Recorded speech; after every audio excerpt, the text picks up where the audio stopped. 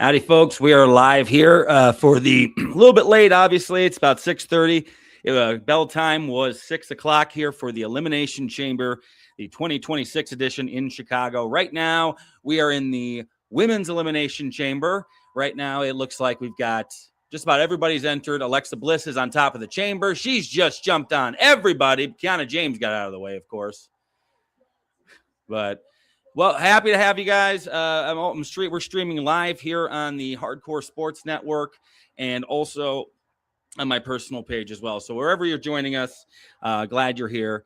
And and we're gonna see how this goes tonight. This is my very first stream doing wrestling. I've been doing some sports stuff here and there. I am a pro wrestler here in Kansas City. You know me as Beastzilla, perhaps, and another character.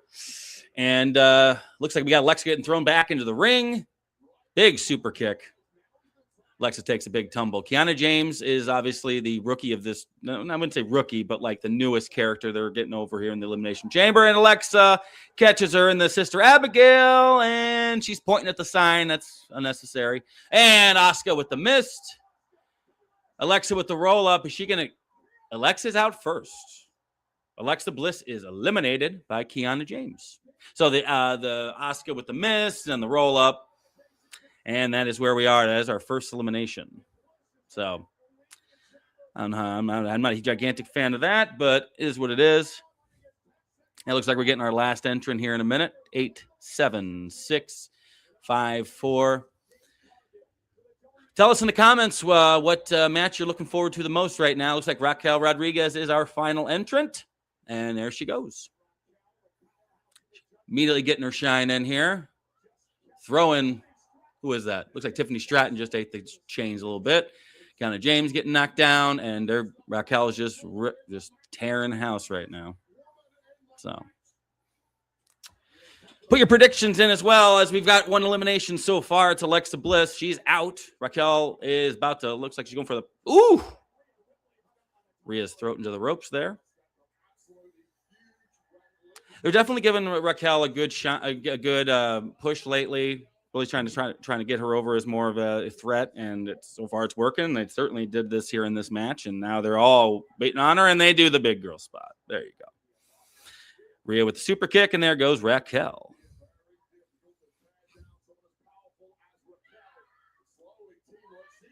Oosh. Raquel and Rhea kind of the powerhouses of this match, so obviously they're going to have to interact a little bit. Asuka getting thrown into the cage. Oof. Like I said, a little late here on the stream. Some last minute changes, but we're able to get going here in Chicago on ESPN for the Elimination Chamber. Glad you're joining us as Raquel got Rhea up in we got the Styles Clash position, got her up in a power bomb now, and cameraman didn't do a great job, didn't quite see what happened there, and now a power bomb into the ropes. Oof, over the ropes, I should say. Ugh. Like I said, Raquel's getting quite a bit of a rub here, really beating the hell out of everybody, getting a Goldberg push, getting like kind of going on from SummerSlam 02, if any of you remember that or watched that, or maybe I'm old. Asuka's now getting a little combo on her. Bang, bang. Oof.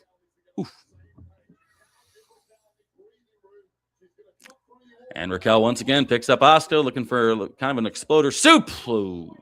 Kind of a fall-away slam more than that. And then here comes Kiana James. Kiana James has been looking good so far. And now they're fighting inside the chamber because the plexiglass fell out. One elimination so far was Alexa Bliss, eliminated by Kiana James after some missed by Asuka. And a running power slam by Raquel out of the chamber through the glass. That should take care of Kiana for a little bit.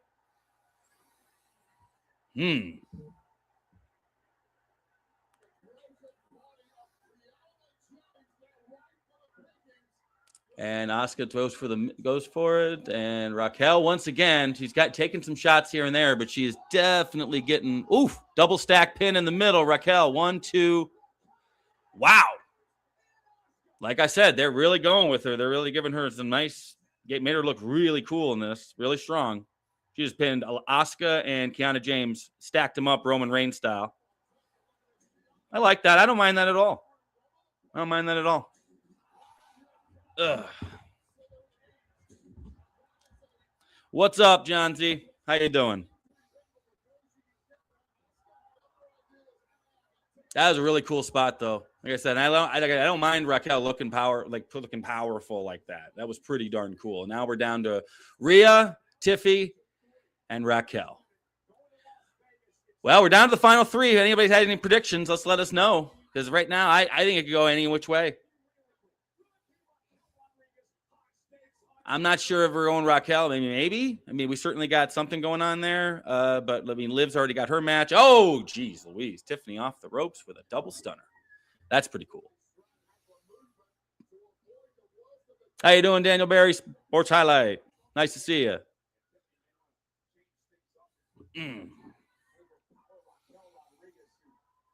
Raquel spinning Tiffy around and bang, right in the middle of the good place. Two count. Obviously, that wasn't going to do it. So far, early on, Kiana James was looking good. She got to get her shit in and get some. But so far, ever since Raquel Rodriguez came in, it's been her match. She's been really dominating. And now she's sticking it to Rhea here. Putting her legs through the chamber, through the walls, and hanging her like a tree of woe. And bang! Who I got winning? It looks like Rhea, doesn't it? It really just feels like a Rhea Ripley moment. Because we're already locked into Liv versus Liv and Stephanie. So now we got to think about, okay, who's going to go well with Jade Cargill? And I mean, we haven't seen Rhea and Jade, and I think there's a match there. I definitely think there's some story to tell there. I think we could have a lot of fun with that. The match would be definitely a lot of talent, a lot of powerhouse moves. It'd be an interesting kind of take on that. With Tiffy, there's certainly a background. There's certainly history there. That's why I think Raquel's the least likely to win this. But I think she's going to come out of this looking golden, looking fantastic right now.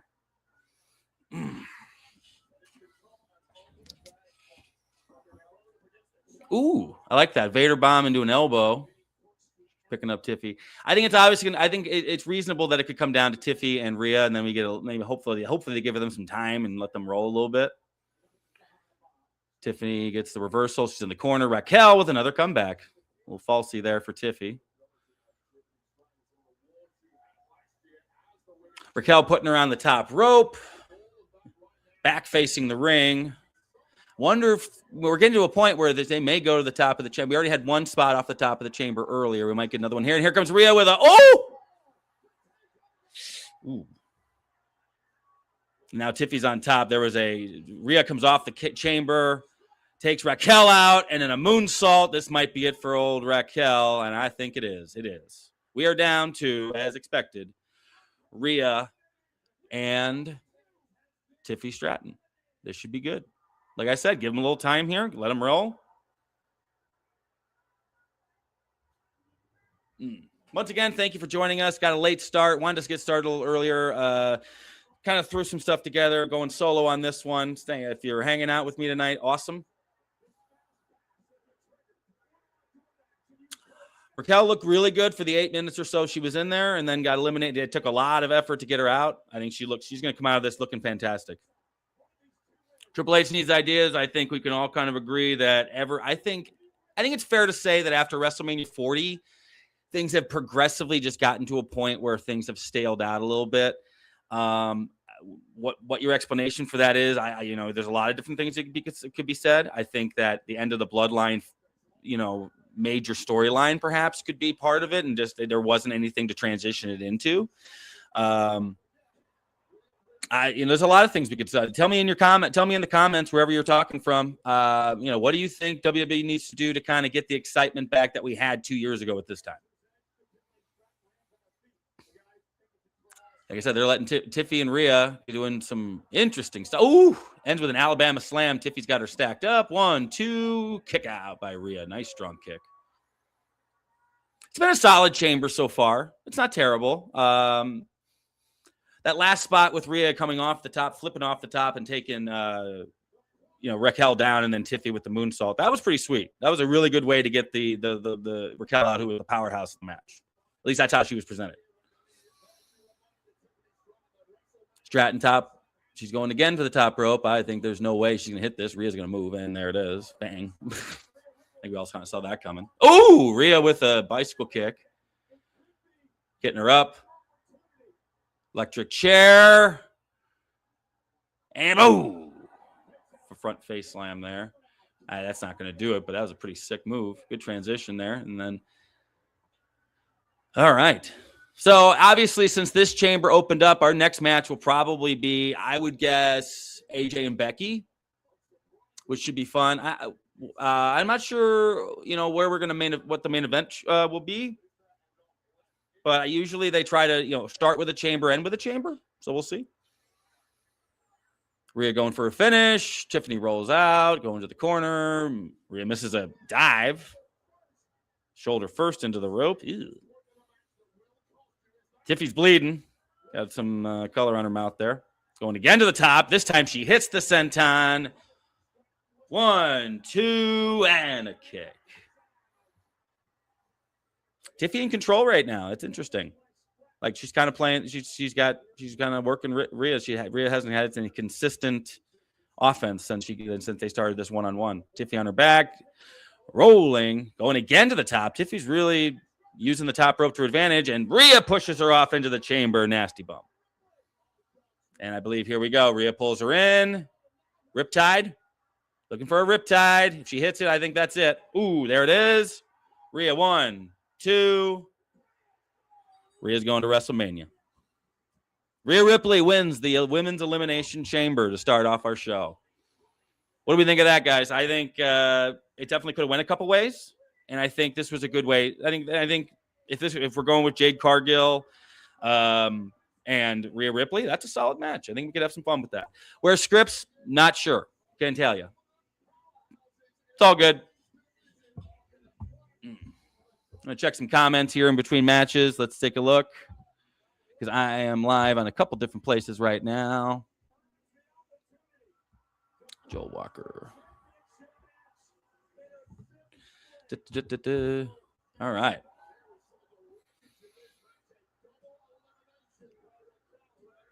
I got to say, I've said it a couple times throughout the stream, but I was really impressed with Raquel Rodriguez in this match. They gave her a lot to work with to look really strong, and I thought that she did. And I thought it took a really, really, probably the highest spot of the match to get her out too. Like they really protected her. I wouldn't say protected, just really made her look strong in this, and I liked that a lot. Kiana James looked good early too. Like she got like the newish people in this match to the main event scene looked solid in this, which is good. And I don't think anybody came out looking weak. I don't even think Alexa getting out first was a big deal. I was surprised, but who's in the crate? I don't know. There's two major schools of thought right now. Chris Jericho was the obvious one when they revealed it, because Chris Jericho has always had those interesting returns or debuts, going all the way back to 1999 with the countdown to the millennium. And then, of course, the Save Us Y2J stuff in 2008. And then we had the weird kid in the classroom for 2012. So he always has something interesting, some kind of gimmick when he comes back. He doesn't just, usually his music doesn't just hit and then he pops in, it pops out, so this could be another way to do that, where it's not the video packages that everyone would just know it's Jericho right away. At this point, it's kind of his gimmick when he returns. And then there's Danhausen. I don't know how y'all feel about that, but having Danhausen as possibly the person in the box would make sense. And the theory behind that is simple. It's that his contract with AEW ran out. That's confirmed. And I'll say this. I met him at the Royal Rumble last year. Really cool dude. Really nice. He wasn't super in character. He was talking to me like I took a picture of a fan ahead of me that I was waiting for a picture with him. He thanked me for that. He was one of the coolest dudes. And his prices were super reasonable. I ended up talking to him for a couple minutes. Danhausen, also from Detroit, the Detroit guy. So we talked a little bit about the Detroit wrestling scene. Really good dude. And if he has signed a deal with WWE and he's going to debut tonight, that'd be awesome. I think he's a guy that in this business has a unique gimmick. He's good. He's fun to watch. And my experience with him, he's a really cool dude too. So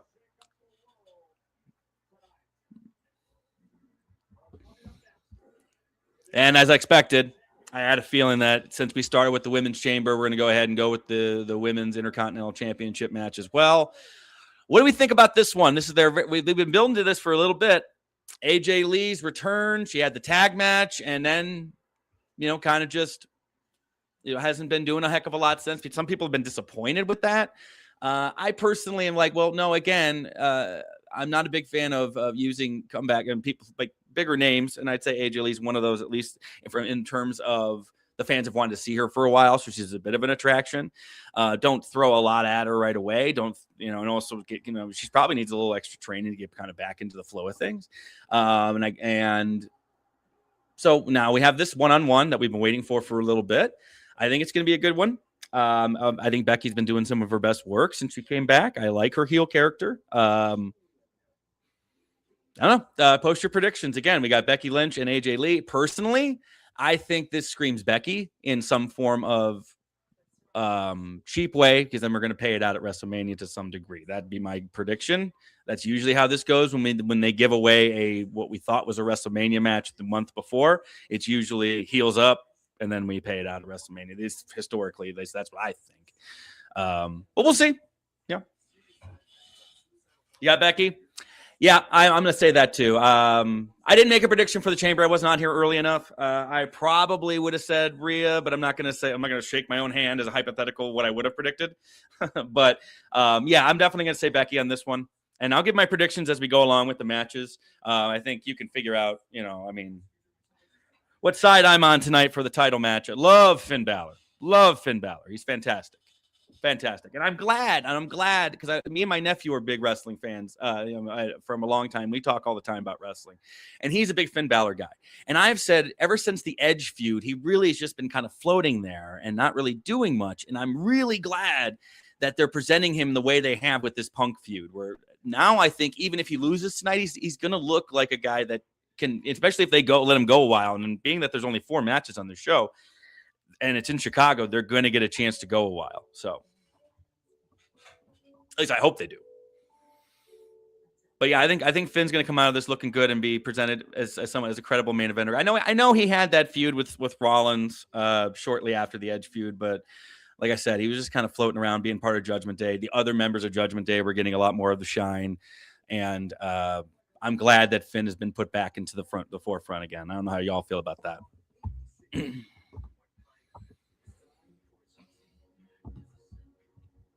We'll check some comments here if there's any. Okay. All right.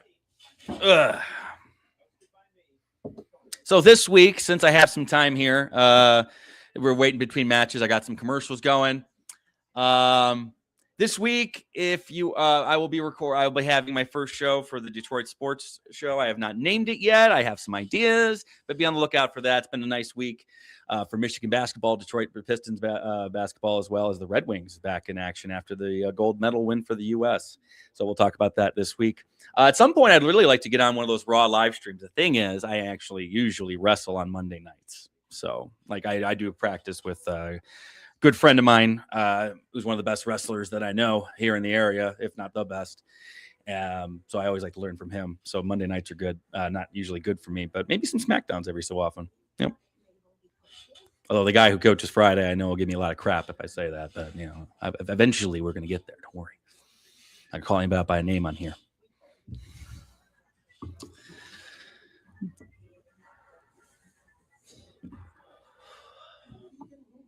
Lakers Warriors tonight as well. Wouldn't mind flipping over to that when I get some chance, but this is a long commercial break.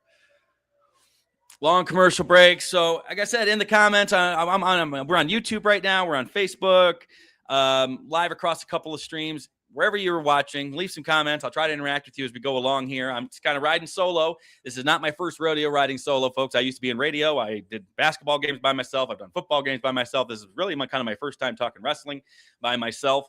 But wrestling has been a passion of mine since I was real young.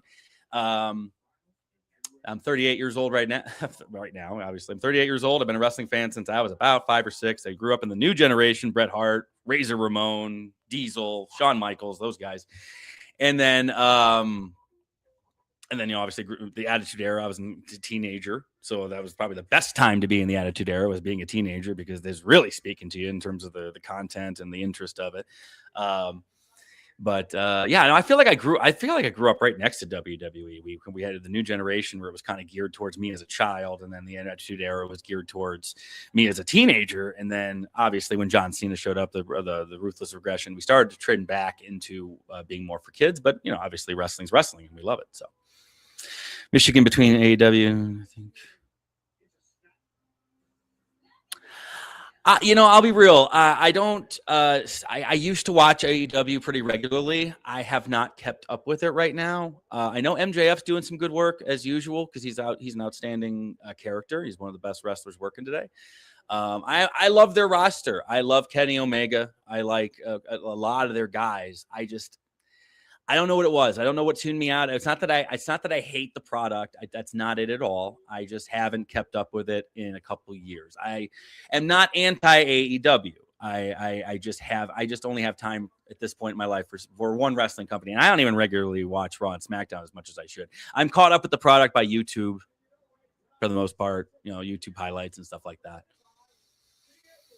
But I'm willing to give AEW another try. I'll tune into Dynamite or something again soon, and we'll, like I said, love their roster. I have nothing against any wrestlers there. I'm not one of those tribalists. I just prefer the WWE product to a point. I will agree with you though. Storylines and storytelling, they have some long-term stuff in place. They have goals, but I just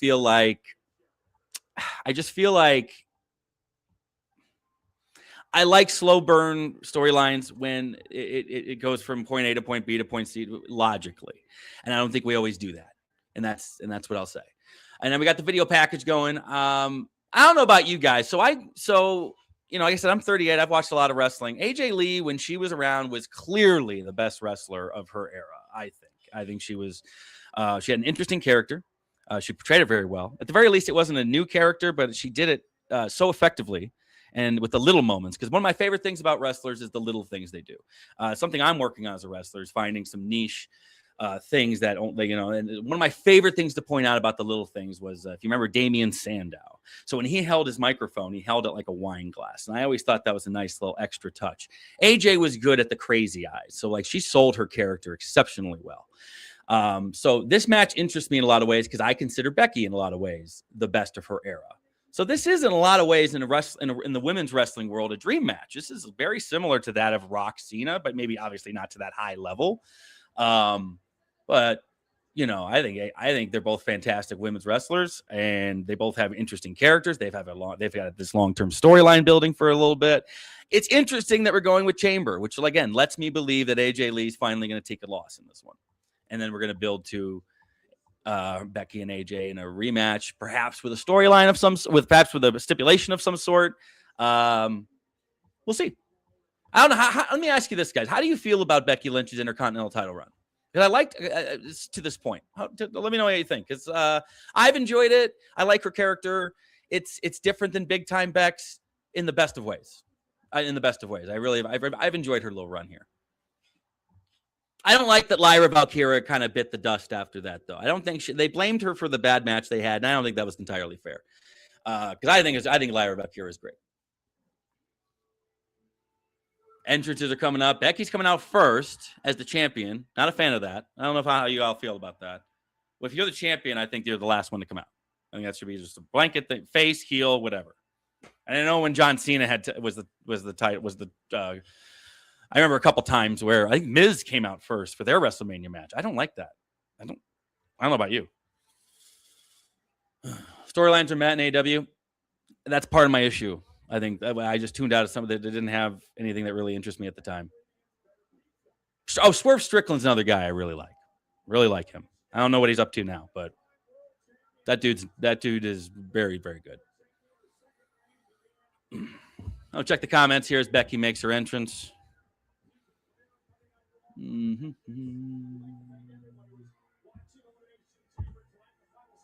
Awesome. All right.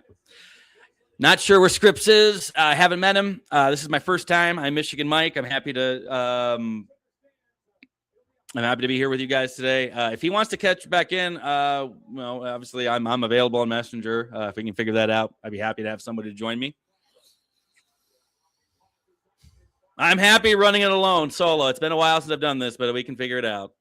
I can roll. I mean, it's the first time I've done high school basketball and high school football before. So I mean, in baseball, I figure I could do wrestling, but we'll see. The wrestling in AW, I do like it. The only thing is, because they're very in terms of being athletes, I think you could argue AEW has more of an athletic roster, perhaps. So I mean, they can do a lot of things that are really, really cool. I'm just not a big fan of the selling. I don't think they sell enough. I think that's a common complaint for an obvious reason. There's some guys that just don't do as much. Yeah, I've talked to him. Like I said, it's a long show.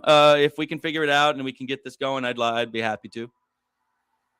AJ's making her entrance here in Chicago, she's from New Jersey, so this isn't a hometown thing per se, but it is in a way because she's obviously CM Punk's wife, so it's going to be a thing where she's Chicago too. She didn't get a massive pop there. They were looking at the crowd. It wasn't like a bah. So I mean, Punk will probably get the big one. Excited for this one though. Like I said, 4 matches on this show. It seems as though they're going to get some time. Really excited. I mean, then again, unless this is a storyline match. Again, this is just something that we're only doing to set up something for WrestleMania. And then in that case, they're probably going to hold back a little bit, which I understand that. Thought I had a bottle of water here somewhere. I screwed up. Oh,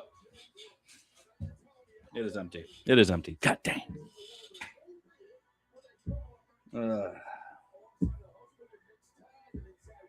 Wife is texting me. Like I said, I love the way Becky portrays the paranoid narcissist. I think she's very good at it. Wasn't it JCW? Is that Juggalo Championship Wrestling? Because I haven't kept up with them in a minute, but I'm not against it. I took the M&M side of the ICP M&M thing, so Detroit thing. I will say AJ looks has some of the best. She's in the best shape I've seen her in a long time. She looks like she's ring ready for sure. Becky's always in ring shape. Becky's gotten smaller over the years. I think that's obviously that was by design. I think she wrestles a little differently now.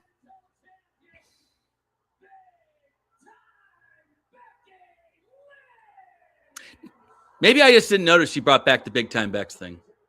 They just announced her as Big Time Becky. So maybe I didn't notice that. I don't know. I have nothing to drink. Damn. If I had a partner, I'd be able to go grab some. That should be a good one. I agree. MJF and Hangman. I like that matchup a lot. I'm not the biggest fan of Hangman Page, but he is objectively very talented. And MJF, I think, is one of the best working today, probably the best heel. I don't know how y'all feel about that. But then again, I don't keep up with AEW as much as I should. And, maybe it's hard to say that now because I haven't watched anything MJF in, I'd say, about a year now. But yeah, now if I'm going to be doing some of these wrestling things, I would love to get back into AEW and watch again. So we got the match started. Becky has AJ pinned in the corner. And we're going to play some character stuff. They're going to kind of take our time. Do you think Karrion Kross come back? Eventually. I could definitely see that being a Drew McIntyre, Cody Rhodes story. 100%. I think he's talented enough. I love what he was doing before he left. I loved what he was doing. I liked his character.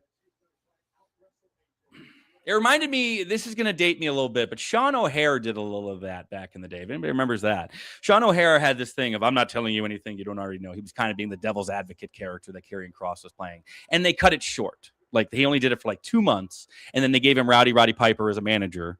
And, they kind of abandoned it, even though it was really interesting.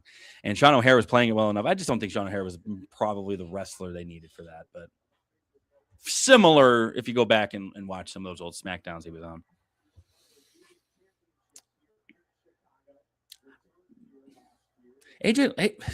Becky looks like she's wearing a windbreaker as her part of her outfit. I don't like that. It was with the sleeves.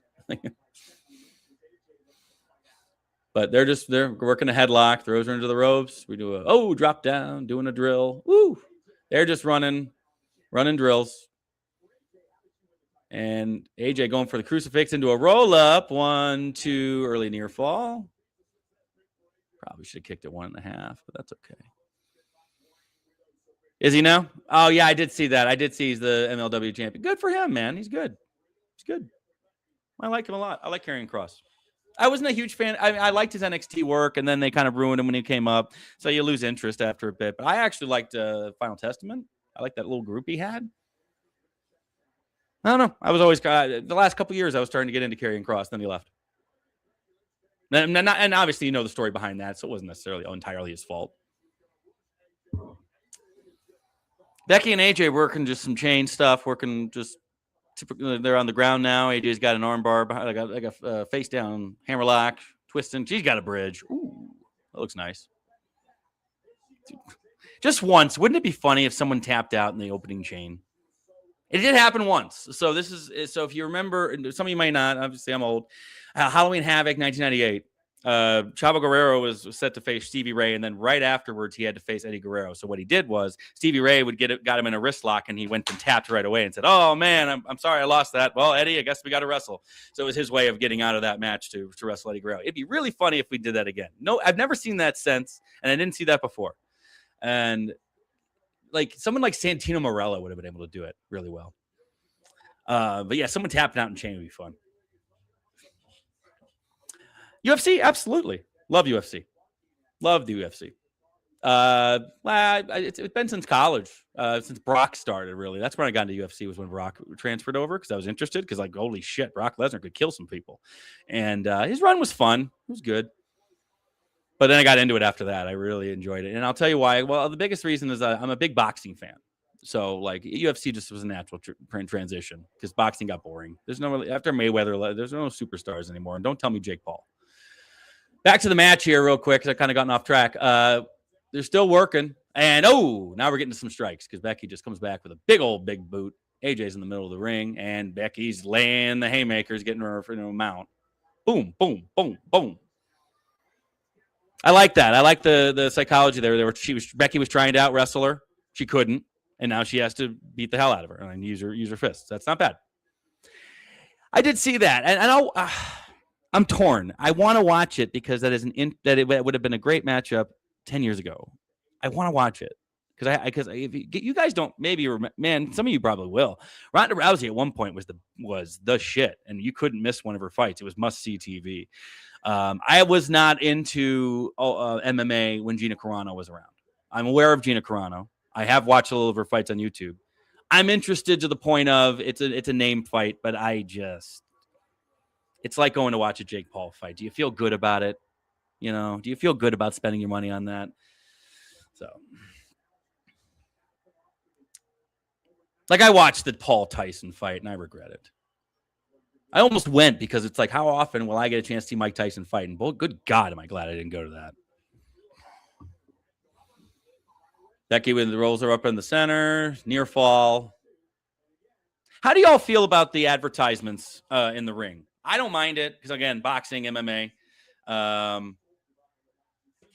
I don't mind it. It's something I'm used to. They do change it up quite a bit. I hate Dodge, so I don't like the Dodge Ram in the center. But it doesn't bother me that much. Boxing has gone downhill. There's no superstars. Same thing with UFC. The closest thing you need guys that people are going to pay to see, and it doesn't necessarily have to be for their fighting. It can be for how they talk. Because Conor McGregor was a great fighter, but what was he most known for? Being a character. It's pro wrestling. It's like anything else. Now they don't have a lot of characters. That's just what I'll say. Sean Strickland is a character for sure. Not a huge fan of his, but he gets eyeballs. That's for sure. Good fighter. I like Strickland as a fighter.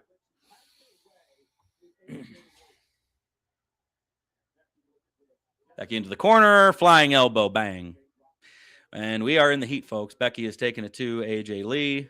She's going for exploder out of the corner. Rough bump. Lazy cover, 2 count. I like it so far. They've held back a little bit, but there's definitely some sound psychology with what they're doing. I like what I'm seeing. And now I want to be clear, folks. I'm a local professional wrestler, but I'm just getting started. I'm no expert by any means. Just giving my opinion as a fan at this point and as a fledging I would say rookie pro wrestler.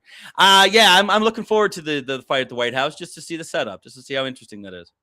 I'm intrigued. I want to see who's going to fight on it for sure. There's already been I can't remember who exactly, but I remember seeing a couple guys say they ain't going to fucking do it. So, but I imagine I don't know the situation on Colby Covington, but I feel like maybe I don't know. Like I don't know. Seems like the guy that they were doing it for, or Sean Strickland for that matter, but he just fought, so maybe not. He looked good the other night. I don't know if we can talk about that yet. I wrestle. I do. Yeah. I'm a local wrestler here in Kansas City. I just started about a year and a half ago, and we had a match on March 21st for Show Me State Wrestling, triple threat match. It'll be great.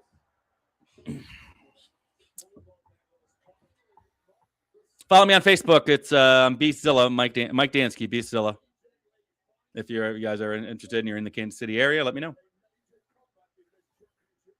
I also wrestle for KCXW as another character.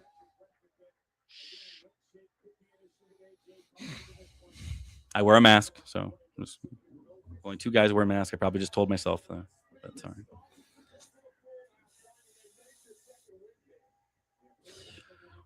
AJ with a falsie, coming back. Becky right back. Throws the leg off. AJ, they're working in the corner. Looks like she's going for the tornado DDT. That was pretty sweet. I like that. AJ getting some mo. Flying knee. Going for the cover. He's kicking. Strong kick from Becky. Both girls looking good. I'm enjoying the match so far. Like I said, they're not showing out. They're leaving plenty for WrestleMania. Having a solid match.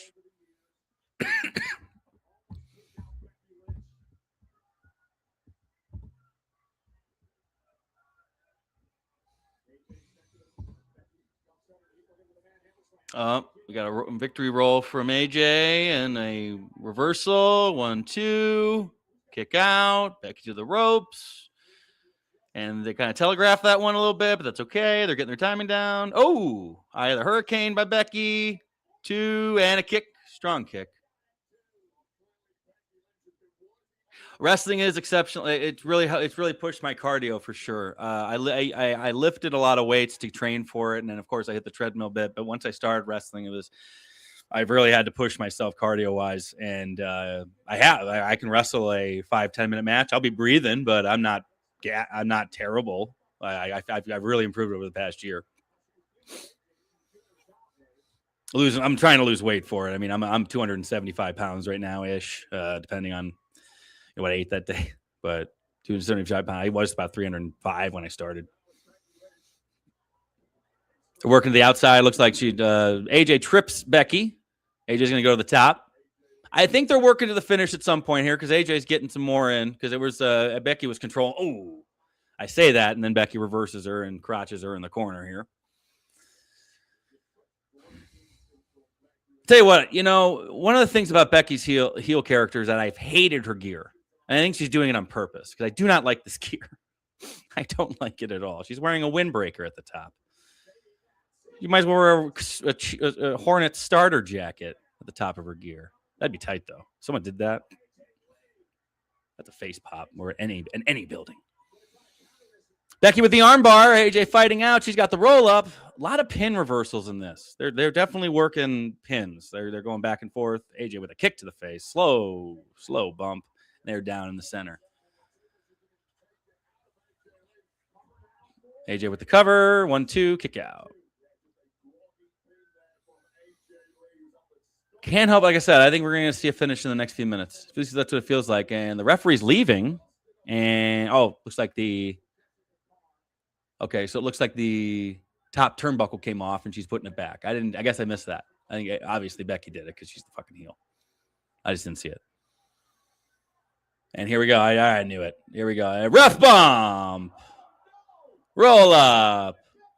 1, 2. That's not the finish. Thank you. Not a ref bump. She's fine. Oh, there we go. And she kicks in the head. There we go. I was wondering. Because the ref kind of no-sold the top buckle being out. I was like, damn. AJ's immediately goes for their finish. Why is it with wrestlers being like, hey, the referee's out. Let's go for the finish. Like, and she's tapping. So Becky's about to win because there's no way she just tapped out really quickly. So Becky's about to pull this off. You all know this. You've watched long enough. Because we got to have the match at Mania, folks. We had this for Chamber. I done told you this was a storyline match. This is the build of Mania where they're really going to show out. I promise. And from behind. I bet the referee wakes up after this sequence here. Maybe we have a DQ finish. I doubt it, but we're working to the outside now. Hard cam side. Ooh. Interesting that Becky noticed the referee was out and took her to the outside where you can't move in, I suppose. Bang. Into the corner again. Not the corner, the barricade again.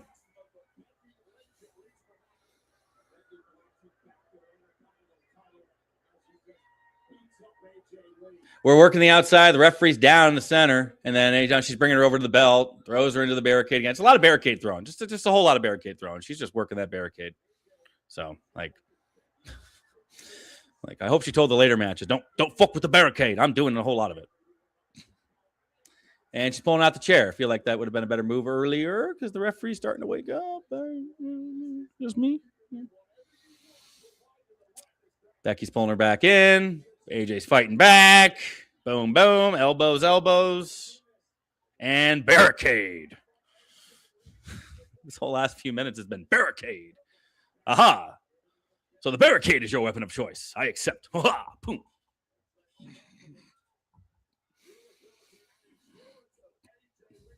Eat barricade again, Becky. Ha ha.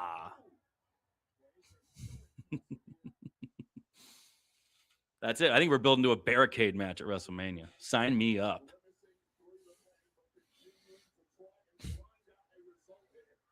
Elbow in the corner. Referee's back. The chair's laying there. It's gonna be. I'm gonna say the DDT's not gonna work because she hit it earlier.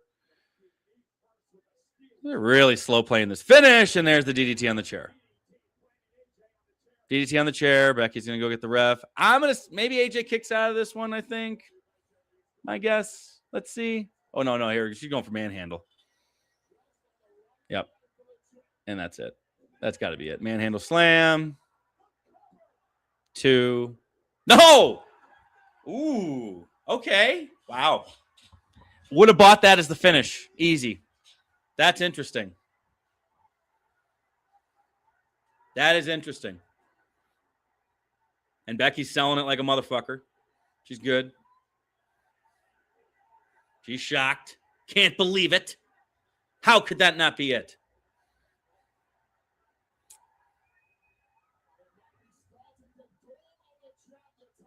And now we're working to this corner again, and the referee this time gets in the way.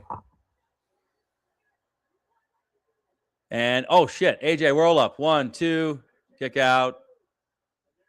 AJ going again, and a manhandle again. No, arm drag. Becky feeds the middle. That was sloppy. But, yeah, just go back to it, I guess. Ooh, yeah, there's some this match has been mostly smooth, but there's been some chunkiness here at the end. And AJ's got it, trying to get her back into the submission. Oh, my goodness.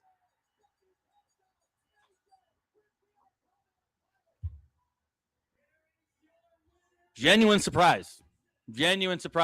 AJ wins. She gets to tap her twice. Interesting. What do you guys think of that? I did not see that coming. I really thought this was we're building a Mania, but now what's the story? Becky gets it back again? I don't know, man. I don't know what you guys think of that. I love it. I love it for reasons because I love AJ Lee. I'm just all right, let's see where they go with it. I just like that easily as your finish. Chair, DDT, manhandle. That's easy. It doesn't upset me. I'm just surprised. Doesn't upset me. It's just I'm just surprised about that.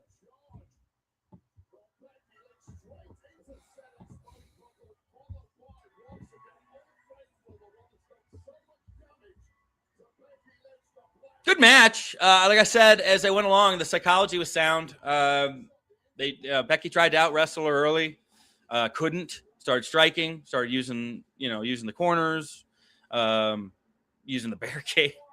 Barricade was the story of the match, brother, and leads to this finish. I don't know. There was definitely some clunkiness in some of the spots at the end where they were working to the AJ reverse and the manhandle into the arm drag that led to the finish. I'm surprised how that played out. Not disappointed, surprised. That's all. I'm excited. That's interesting. I just don't know where we go from here. Sometimes I just get to that point where I like the moment, but all right. I guess Becky doesn't need it. She's over his heels. She's already over his heel. I get it. I'm just surprised. So I guess we're moving on. And the boxes here. Oh, there we go. We got Adam Pearce, and here comes R-Truth with some stuff. I'll let you guys listen.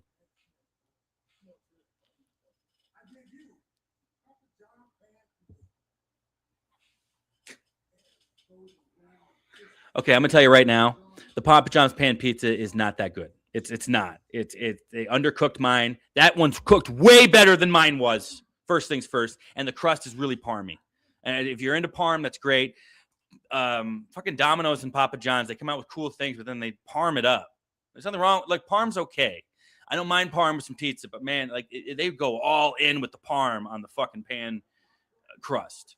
And Domino's goes all in with the parm on their stuffed crust. They take them like 20, 30 years to come out with a stuffed crust, and they parm the fuck out of it. So next up is CM Punk and Finn Balor.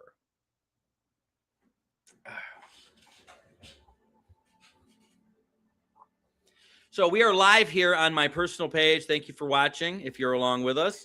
And we are also on the Hardcore Sports Network, both on Facebook and on YouTube. So wherever you're watching us from, I do appreciate you hanging out with me. I'll introduce myself once again. I'll try to do what I used to do on radio every so often, just from our sponsors. My name is Michigan Mike. I am from Detroit. I currently live in Kansas City. I'm a pro wrestler myself. And I am Beastzilla, Mike Dansky. If you can find my Facebook page, feel free. Beastzilla, Mike Dansky. I got a match coming up for Show Me State Wrestling on March 21st against Atlas Armstrong and Blair Dior. That'll be a good match. And then there's another character I run that I will let him promote himself. I'm only a fan of his. I don't know who was under the mask. But happy you're joining us wherever you're joining us from. Feel free to comment with me. I'm going to ask some questions as we go along, kind of interact as much as you'd like, turn me off as much as you'd like, and just kind of enjoy the show. So far, not bad. We let the women take the first half, and I like that. I don't mind that at all because I thought pretty solid. Raquel Rodriguez looked like a superstar in the first Elimination Chamber. The women's one. I thought everybody really kind of came out of it looking pretty good. And then Rhea Ripley gets the win, beating Tiffany at the end. They had a nice little back and forth for about 5-10 minutes there that I was hoping they'd give them. And then just now, I didn't time it, but I imagine 15 minutes or so, that was AJ Lee defeating Becky Lynch for the Women's Intercontinental Championship. Definitely swerved me. They did the ref bump, and then Becky gets the DDT on the chair, manhandle slam. Looked like it very easily was going to be the finish, especially after Becky tapped with the referee not there when AJ Lee had her in her finish. And and then they just kept working. They went through some really clunky spots. I'm not sure, it was just a timing thing or whatever.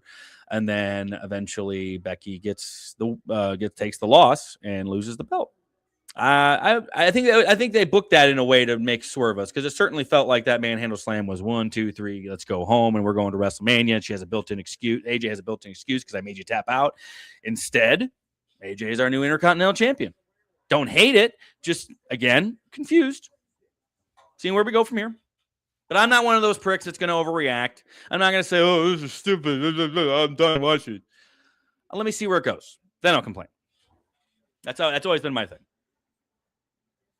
When we get to the end result and it sucks, then we'll talk.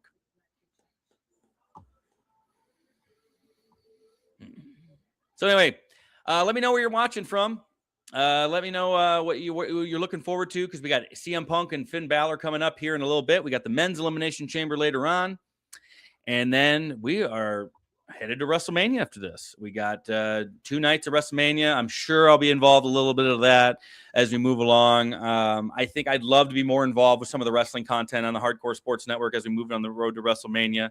Because this is usually the best time of year to be a wrestling fan. It's kind of our Super Bowl, to the best way to put it, World Cup, whatever you want to say. It's been a really good year so far for me in sports. Sorry, I didn't mean to do that. But I'm looking forward to a good WrestleMania because I was not in love with last year's WrestleMania. I did not love it. I think a lot of people felt the same way because I felt like 40 was excellent. I thought 39 was great. I thought 38 was great. And then we kind of hit a lull with 41. I don't know how y'all felt about last year. I wasn't a huge fan of it. I like the John Cena heel turn, and I didn't hate the direction of it. I just thought the execution was clunky at points. I think we can all agree to that. Clunky at best. We're still rolling with a commercial break because, again, this is we already paid people. Is this wild to anybody else? We got literal commercial breaks in our PLE. Is this wild to anybody else? This never would have happened. Like when I was growing up, it was you paid $30, $35, $40, kept going up, and then you watched the show. It was on. That was it. We didn't have a commercial break. We didn't do any of this crap. Disney Cruise Line? Don't do that. Don't do that. It's a terrible decision, financially and just with your time. No, don't do that. Sorry, folks. I got to get a Chewski here. We'll be here all night. You can check back in and out.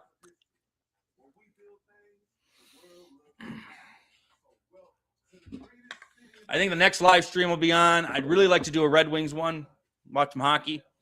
But I'll probably, when the Pistons are in the playoffs and Michigan basketball is in the Big Ten tournament, we'll be around for that. Some of you big sports fans. Yeah.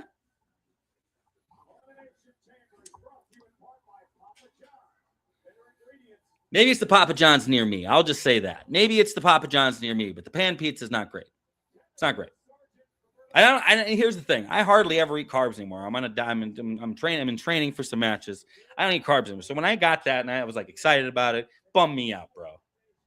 Bum me out.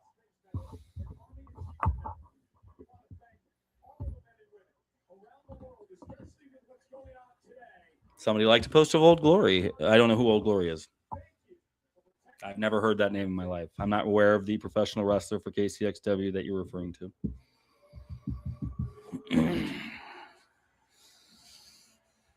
And Finn Balor makes his entrance because he's not the champion. Just keep doing that for every time. Every time there's a title match, the challenger comes out first. They do that in boxing. They do it in MMA. You got to do it in wrestling. I don't give a shit. And they've earned that. The champion's the champion for a freaking reason, man. Obviously, Finn's not winning this. That would be an absolute stunner. Like, if we were betting on this, CM Punk is like the odds it was for if Victor Wembanyama is going to be the first pick. It's those odds. Like, there's no way Finn's winning this. But it should be a great match. Should be a great match. Punk's going to win in Chicago. I'll tell you this. If they really wanted to shock us, if they really wanted to do it and have Finn win in Chicago, I just don't see it happening. You'd make for an interesting moment, but I don't see it happening. I'm just stunned that we had AJ Lee win on the night that Punk's going to retain as well. But, I mean, maybe that's what they're going for. Maybe we want the power couple. They want the photo. They want the power couple, and I don't mind that. You could do a worse power couple. Triple H and Stephanie. I like Triple H. Hate Stephanie. Hate her.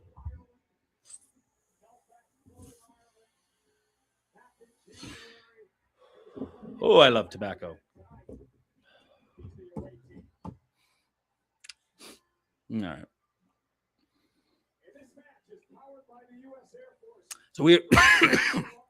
So of course, we are in Chicago for this Elimination Chamber. We are in Chicago for this Elimination Chamber. Punk is, of course, the hometown hero. He is the Chicago Bears. He is the Chicago Blackhawks. He is the Chicago Cubs. If he was the White Sox, I'd say he'd probably lose tonight. I hate the White Sox. Hate them. Everyone's always random. Like, who's the baseball team you hate the most? I'm like, the Chicago White Sox. More than the Yankees? Yeah. Do I hate the Yankees, though? Of course, because my mom's from Boston. She put it in me. Punk's chants have already started. And as I'll just say, my background with CM Punk. Been a fan of his since about 2003. That's when I first discovered him. That's when I first heard about him. I watched him in Mid-South stuff, the IWA, and then the Ring of Honor. Been a big fan of his. And that's where I just ended up discovering guys like AJ Styles, Samoa Joe. And they're giving him a special entrance because the lights are out.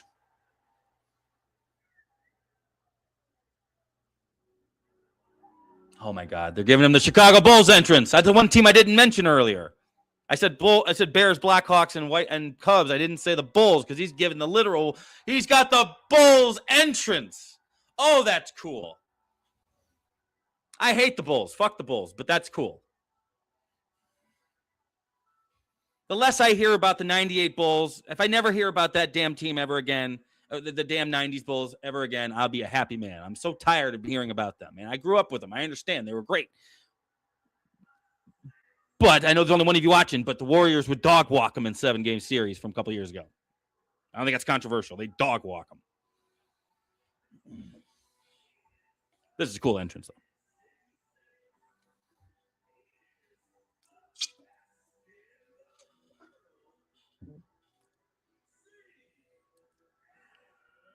This is cool.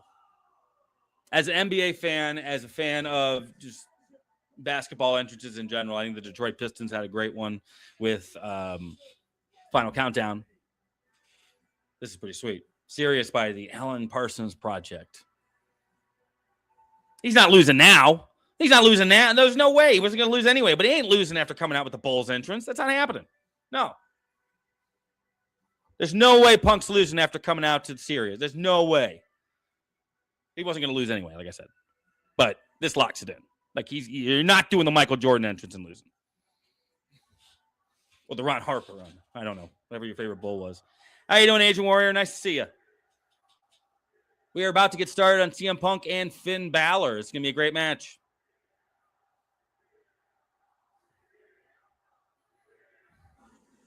Bang. Cult of Personality is just hit. We are ready to go. Here comes CM Punk.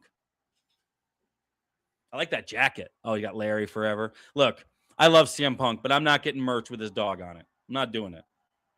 I'm not doing it. Maybe. Probably. All right.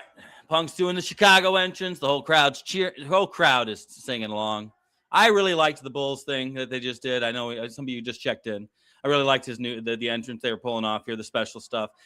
And they've even updated his Tron. It says best city in the world. Chicago's a great town. I like Chicago. Being that I'm a Detroit guy, though, their sports can suck my dick.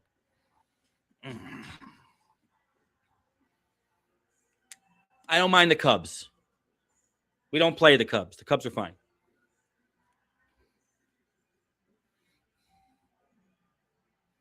That was crude. I apologize. I shouldn't have been so blunt. I really don't like the Bulls, Bears, or White Sox. Blackhawks especially. Ugh. And that's one of my biggest disconnects of being a CM Punk fan. Is he's such a Chicago guy and he likes the Blackhawks. I hate the Blackhawks. I've hated the Blackhawks since I was 5. First career match in the United Center? That can't be right. That can't be true. They've only been in Rosemont? That's not true. That can't be true. He had to have wrestled at the United Center at some point. There's no way. I have to check that. It's WWE. They've messed up before. I'd be surprised. There's no way he hasn't wrestled at the United Center. I guess AEW didn't book the United. Did they book the United Center? I know they got the Rosemont Horizon. I don't know what it's called now, but that's what I know it as. I think it's US Cellular Arena or something because the White Sox Stadium, that piece of shit, is also called US Cellular or something.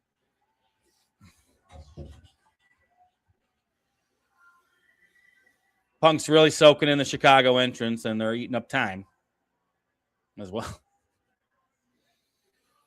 Obviously, you can post your predictions, but I don't think this is a match that needs a prediction. I think we're going to make Finn Balor look like a superstar at some point, but at the end of the day, we're in Chicago. Punk's going to face Roman Reigns.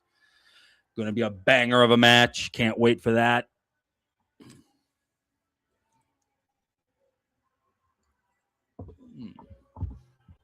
Take a break here as we kind of look around for...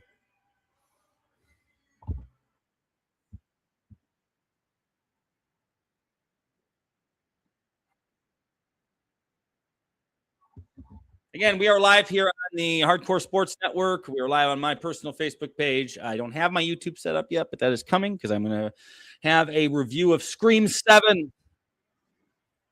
If you've seen that, I have thoughts on that. We'll see.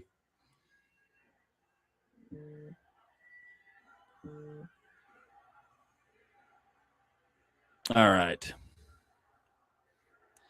Punk's got the belt. He's in the ring. We're ready to go. This is going to be a strong contender for match of the night. I think it's an obvious finish, as I mentioned before, but this is going to be fun. If you keep hearing that, I'm sorry. It's my damn email. This keeps bang, bang, bang. Mark Nash. I miss Samantha. So obviously Chamber, geez, Louise, Finn. 1, you've been tanning. 2, you've been holding off on carbs.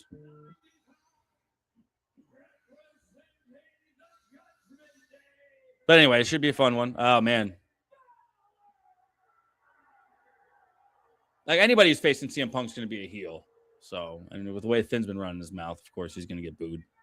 He's been doing a wonderful job in this angle. Like I said this a little earlier as we were kind of previewing the show. Finn kind of went away in a lot of ways after the Edge feud. He wasn't really relevant, and he was kind of like in the background and kind of was always just part of the Judgment Day. And now I think this feud's going to bring him back to a little bit more of the forefront where he can be taken as a legitimate contender to some degree. So. The champion's been introduced. We are ready to go in Chicago. I feel like we started entrances 20 minutes ago, but here we are. So,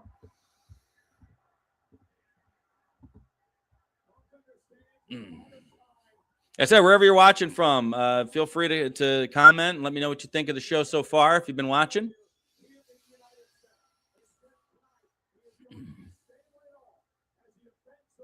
The belt's in the air. The refs got it. We are ready to go here in Chicago. I've said that a couple times because I keep thinking we're about to start and we don't. Come on, just start the deal. Start the thing. Oh boy. Punk always wears interesting tights for these ones, so I mean, I'm seeing what he's got on. And the bell's rung. We're ready for Finn Balor and CM Punk for the WWE Heavyweight Championship. This will be fun. I feel like they're talking, like not in character, but let's see. Punk's in the red. Finn Balor's kind of got a drab, dark navy blue attire tonight. He's got I guess he's got a flag football thing going on here. Flag football wrestling would be interesting. Like you have flags on, but they're really tight on there. You gotta get them off like that. All you gotta do is chain and you're good. I mean, that's stupid. No, it's stupid. Never mind. That idea is dumb.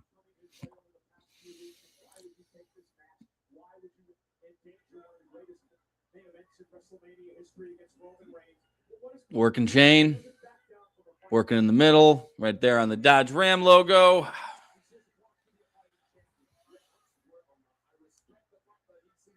Obviously, you knew they were going to go right into out wrestle each other.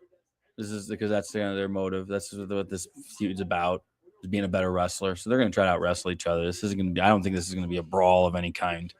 I know typically matches in Chicago tend to be that way, but the way the story's gone, with the stipulation being what it is, there is no stipulation. Feels to me like this is they're gonna grapple a lot, and then eventually move to some high spots because both of these guys are capable of going through the air. So, let me know what you think of the show so far. Not bad, nothing offensive. The best way to put it. Nothing offensive yet. Matches have been solid. Been fun.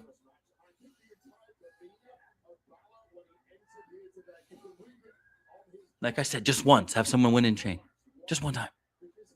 Have someone just do a roll-up. Oh, he's got Black Hawk tights on. Damn it. This is what I'm saying. Makes it hard. Makes it hard to like him fully with the Chicago crap. I hate the Blackhawks. I understand they're not a threat to us anymore. They're not even in our division. I'm a Red Wings fan. I don't know how many hockey people we have. No. They're playing right now. The Red Wings are actually playing right now. I'll wait after the match. Why does it feel like they're gassed already? They shouldn't be. No, just chill out. Gets him to the middle ropes, throws him off. Boo! Kick to the face for Finn. So we're back to now. We're working a little rope work. Let's see if they move to some more. Punk picks him up, backbreaker. I'm never doing that move again. Damn near tore my groin trying that shit. No, done. Never trying it again. Someone else can do it.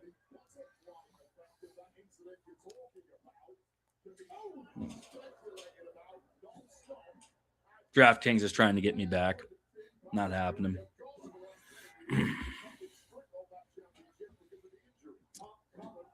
Now I want Punk to lose with these Blackhawks tights on. No, I don't mind. I don't mean that.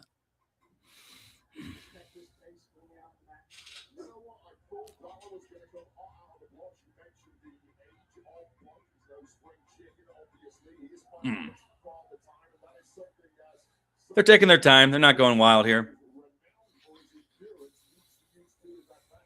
Story of this match, basically, if you remember, they've wrestled once before. Punk wins. Finn's not happy about that. Wants another one. This is where we are. Very traditional wrestling stuff. Not hard. Now we're going to strikes. Now they're punching. Not a huge fan of a bunch of punches. You're all been punched in the face. It hurts. You take 3 in a row, you're done. Chops in the corner from Punk. We're working to the other corner. We got some 4-corner going on here. And Finn with the reversal. Now he's going to chop Punk. And now we're going to switch places, and Punk's going to chop Finn. We're going to the other corner. We're going to do a gut kick. An elbow to the head.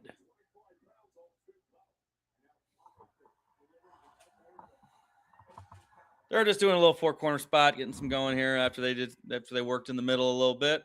Punk has him in the corner, going for a 10 count. 4, 5, 6. And Finn with the reversal at 6. Pulls him off. We're back into another corner. Finn throws Punk off. Into the gut.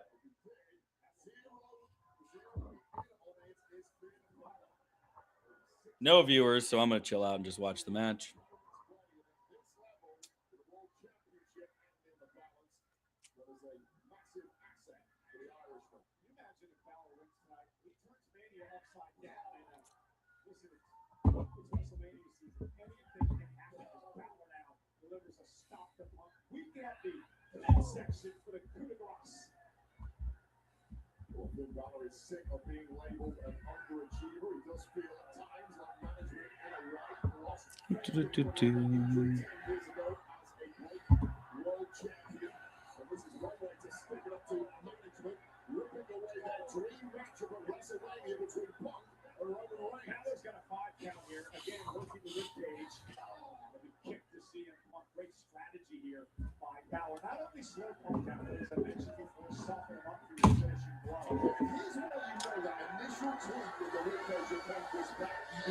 Hello.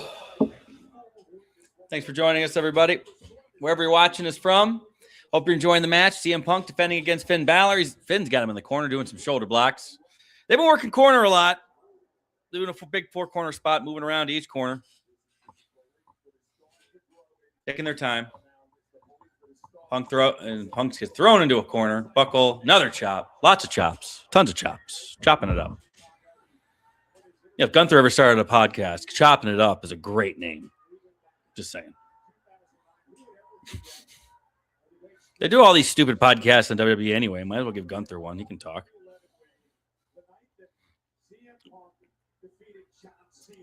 Or generally the ring. That's stupid. That's dumb. Take that one out. More corner work. Throws to the other corner. Punk going for it. Looks like he's trying to go for his bulldog. And he does not hit it. Finn with the reversal. And he's got him in the stretch. Abdominal stretch in the center. Obviously, this is never going to finish anybody. Except for Becky. Thanks for checking in wherever you're from. Tell me how you're enjoying the show so far.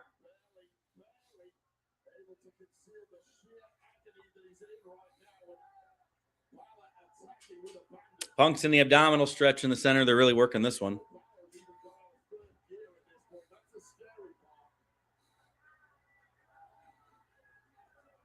Taking their time in this match. They haven't done anything too high spot. A lot of taking their, like, just 4 corner spots, chain.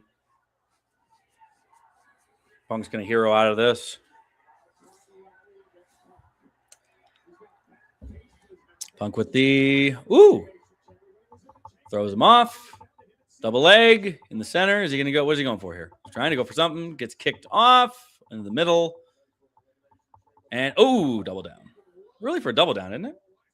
Yeah, maybe not. Maybe not. Let's see where they go with this. So far, I think I like their first match better. So far. But I haven't picked up yet. This is still early. And I don't think you're going to have a bad Punk Finn Balor match. Just one of those combos that I think it's really, really hard to make that suck.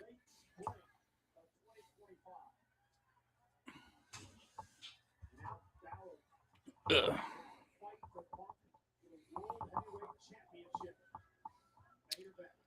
We're working. They're punching each other back and forth again. Lots of punches back and forth, kind of making them both look weak. Like I said, I don't like that. But what do I know? I guess I just started wrestling. I'm not some superstar. Ew, low kick. Kind of really low. Almost too low. They're just trading punches in the center now. We're working to that point. Hey, yay, boo, yay, boo, yay, boo. Off the ropes. Elbow. Clothesline. We got a comeback going. Punk with the knee in the corner. Here we go with the bulldog. Bang.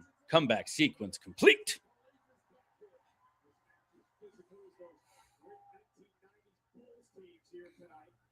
Oh, stop with the bulls, damn it. And Punk's going for the GTS. Got him up. Finn slides out the back. Off the ropes. Finn going for try to clothesline him out. Punk's going to go for a dive. I think he's going to miss it. He hits it. I've been off on my predictions tonight, folks. Don't listen to me. It's the reason I stopped betting.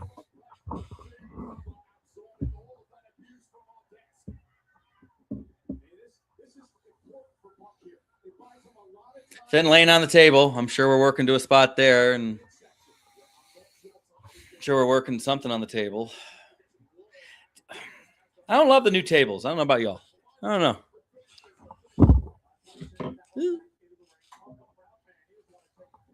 Back in the ring. Finn's in the center. He's already working up. Here comes Punk. Off the top. Flying clothesline.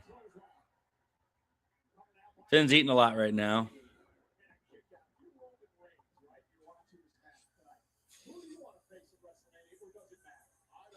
I don't think Roman gives a shit. Michael Cole just asked, if you're Roman Reigns right now, who do you want to face? I don't think Roman gives a fuck. I mean, he's just in character, kayfabe. He gives a shit. Well, in the sense that I'm sure he wants to beat the shit out of Punk. Maybe, I guess he wants Punk to win. Finn with a reversal, goes for the cover. Never going to get the 3-fall there, but nice little work. Like I said, even to this point, I think I like their first match better, but again, they're still kind of holding back. I don't know why. It's their last match, I think. Unless they have another one on Raw, I doubt it. I thought that was an advertisement for Mad Dog fucking radio, but no, it's some alcohol. I wonder if it has anything to do with Mad Dog. Or maybe it's Mad Dog Tannen's beer. The best part of Back to the Future 3. I don't know about him. Oh, Punk catches him in the corner. Ties up and over, but he got him in the GTS. Looking for the GTS. I wonder if he's going to hit it. He does not hit it, and it's a roll-up. 1, 2. Punk with a kick. We're working back in the center. Neck breaker. Finn's about to kick. 1, 2. Back. Fun little sequence there after they were kind of taking their time. Now they're going to take a second. Back-to-back kickouts. Slows down the match a bit. Crowd's kind of been... I mean, I have cans on, so it's not... I mean, I'm not hearing them super close, but, like... It doesn't feel like they've been really into the show.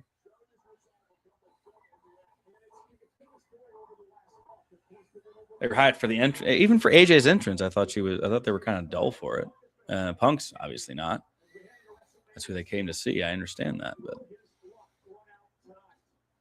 Finn kicks Punk to the corner. He's in the other corner. I imagine he's going to try to... I would imagine... Oh, he's not going to run at him? I thought he was going to run at him. Going to go back to some four-corner work. Going to do a suplex into the turnbuckles. Looking for... Oh, no. Punk reverses. Blocking it. Corner. They're going top in a superplex position. Finn's fighting him off. Punk gets this chop. Telling you, Gunther podcast, chopping it up. Unless someone's already doing that, feels like somebody already should be doing a wrestling podcast called Chopping It Up. Atlas, if somebody isn't, we're going to do it. Chopping it up. They're working at the top, superplex. Punk can't get it. Finn's fighting out. Elbows to the head. Punk falls off. Uh-oh. We're in coup de grace territory. There ain't no way he's going to hit on the first shot. You know that. And he's up. Misses it. Knew that was going to happen. Punk's going charge in the corner. Knee to the face again. Nope. He's going to pull him out for a clothesline. He's in the middle of the Dodge Ram logo. And Punk's going to go up for the macho elbow, I assume. We did his comeback sequence in full earlier, so I don't think we're going to be doing it again. But yeah, Punk's also bleeding. I think he must have bit his lip, it looks like.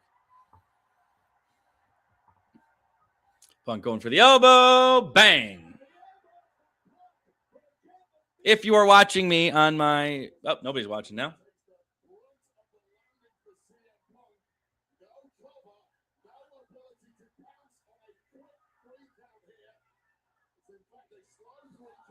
Nobody's here, so I'm going to chill out.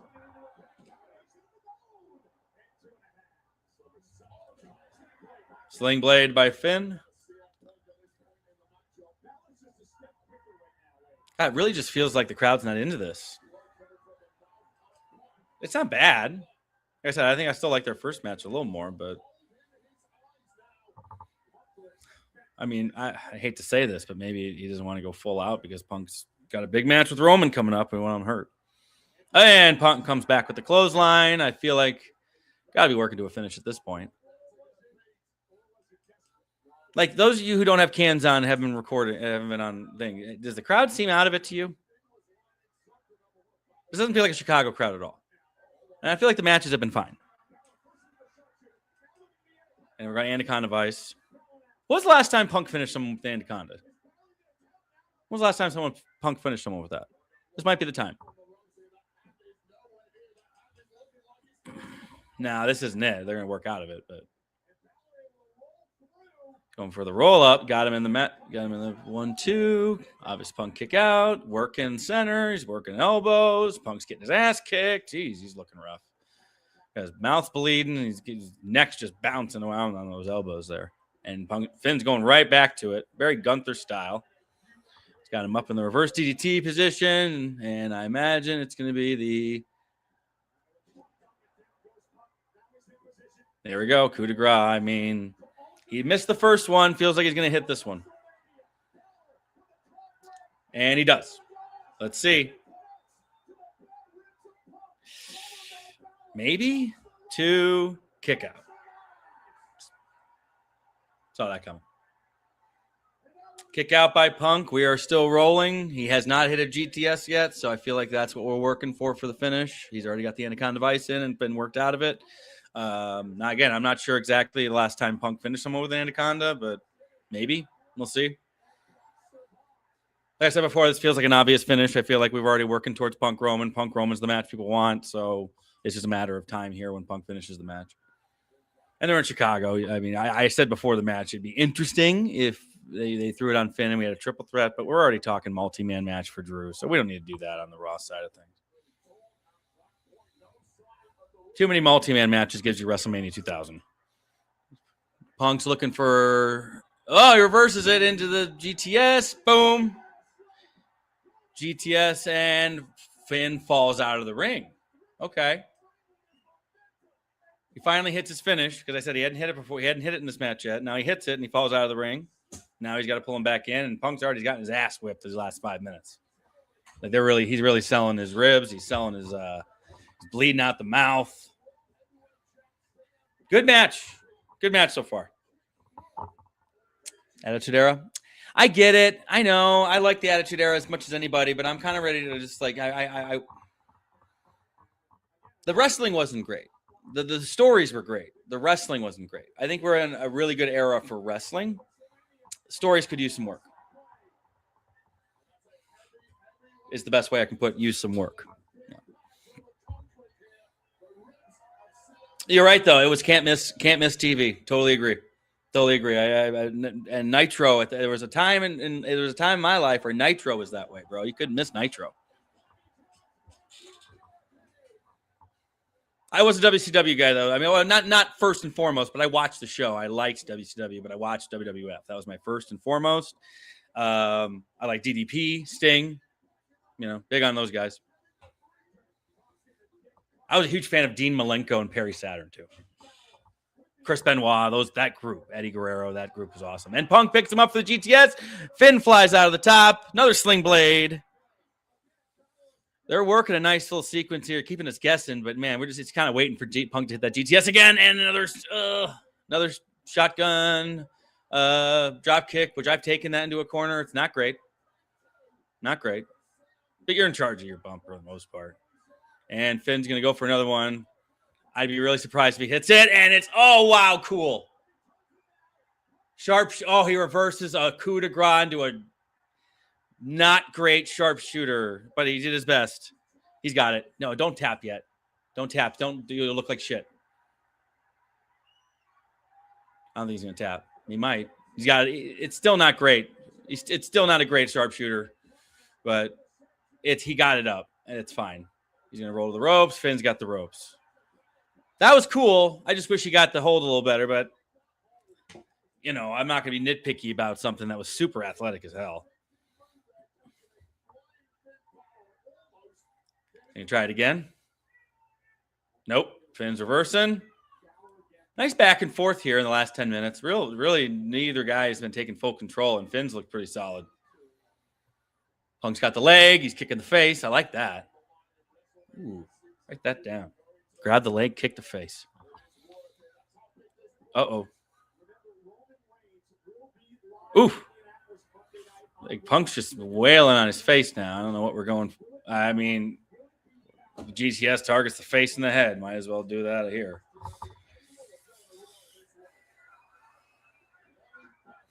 Let me ask you, do you think Punk's going to tap him or is he going to pin? Because I've been working submissions. I wonder if he's going to do one more Anaconda. He's going for GTS again. This time he hits it. Dead center of the ring. That's got to be it. 2. There you have it. Was that funny if finished to anybody else? Like, I really felt like, okay, whatever. It's over. It was a fine match. It was good. I liked it fine. It did what it was supposed to do.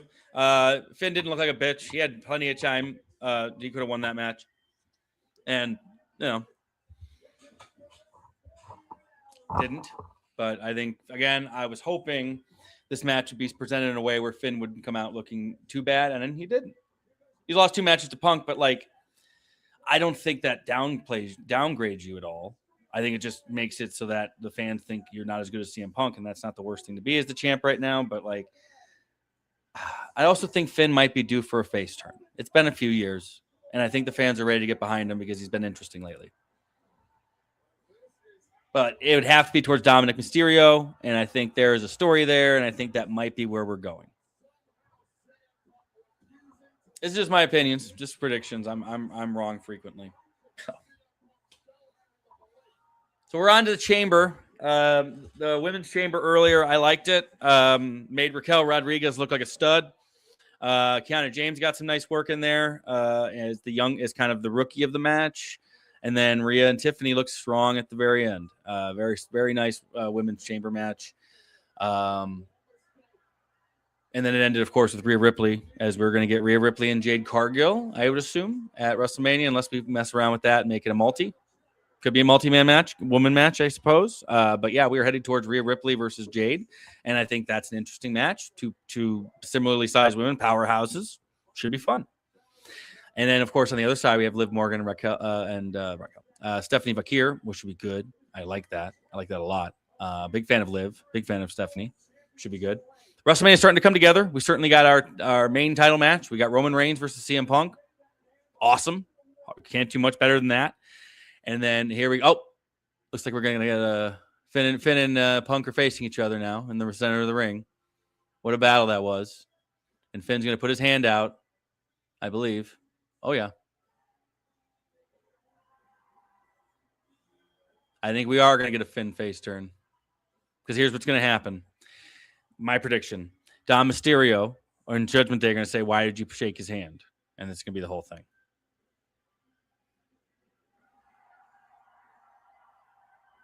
Cool moment. Because these are two guys. This is a dream. This has been a dream match for a bit, I'd say, for sure. I've liked this program. It's made Finn look good. And there you have it. Finn's going to walk off. And there's the respect thing. I like it a lot. Ring of Honor kind of stuff. And then, like I said, you have now the seeds of a Finn face turn. And here comes AJ Lee for a celebration moment. And I'm going to tell you right now, I don't see a lot of scenarios where Punk retains at WrestleMania. I don't know how y'all feel about that. I think this is going to be Roman Reigns again. And it's been 2 years since he held a belt. He's over as hell. My concern would be he's not around a lot, but that didn't stop us in the past with Brock Lesnar. So, and when hell, in his last title round, he wasn't at every show. So the hometown folks get their hometown moment. Again, feels like this is not the typical Chicago crowd. Doesn't feel like they're really, really, really into this show, and it's been geared towards them in some ways.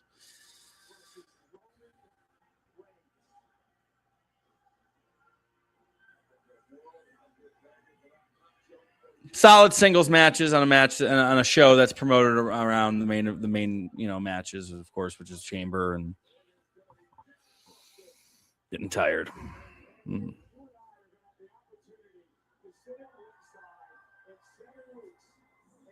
And there it is. We get the graphic. Best in the world in the OTC. Can't wait. The build-up's going to be fun. The match is going to be great. Can't wait. That's going to be solid. I think I'm wrestling that night, though. That's unbelievable.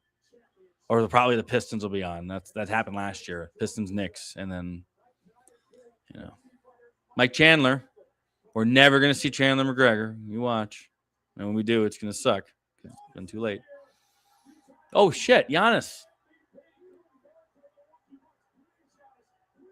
He's getting booed, though.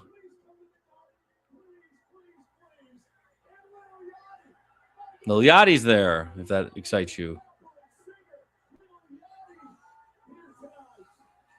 Let me check to see on the old book here.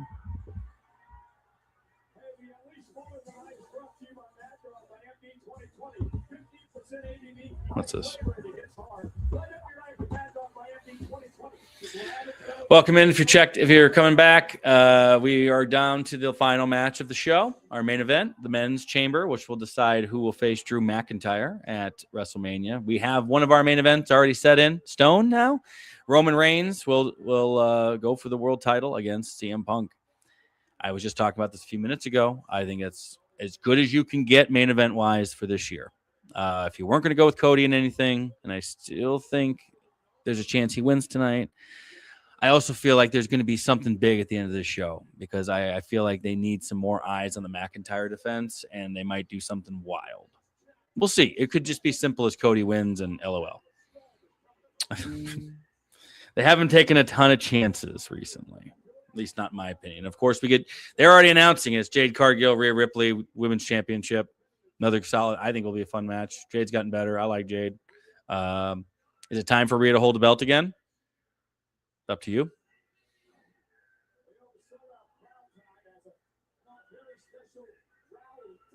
Oh, wow. They had a CM Punk rally towel for him. Like he's the Pittsburgh fucking Steelers or some shit. Is it me? Is this the first time I'm seeing those towels? I mean, maybe this crowd hasn't been a normal Chicago crowd to me. I have not pre-ordered 2K yet. I don't know yet. I don't even know if I'm going to buy it this year. Last year I bought the Bloodline edition. I barely messed with the Island, so I don't even. I finally got into my faction though. I don't know. I don't know about you guys about if you guys ever get into that. It's kind of fun. It got to a point though where some of the challenges were to the like just so irritating and frustrating, and some of the cards to try to get were so difficult it just stopped being fun. Oh, we set a record at the United Center. Like, why do we care? Give a fuck. Is there a place where we keep records of this? Like, oh, our highest. Who cares? 19,000. That's it. You know, whatever. Cool. Whatever. You know, I'm not. It's not my fucking money.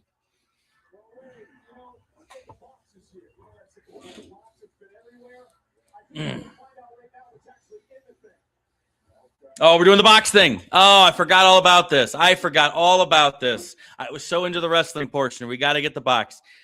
This is it. Is it Chris Jericho? Is it Danhausen? That's my coin flip. We'll see. Live reaction here coming up. The lights are out. Are we Jericho? Oh, my God. The lights are out. This feels like Jericho. There's nothing in it. Is it a coffin? It's Danhausen.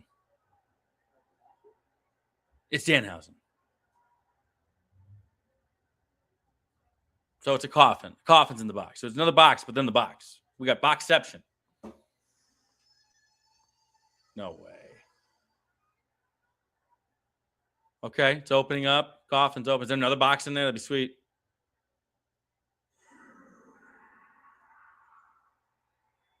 Goofy laugh. Vincent Price. It's Danhausen. It is Danhausen. Good for him. That's so cool. Yeah. That's awesome. Good for him.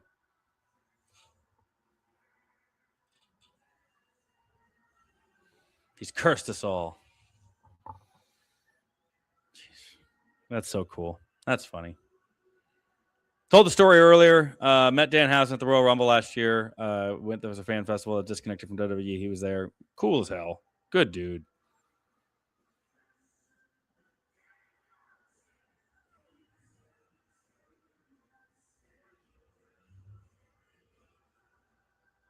So at what point do we do Danhausen Iguana Man? At what point? I feel like that's they're gonna do it. They're gonna go at some point.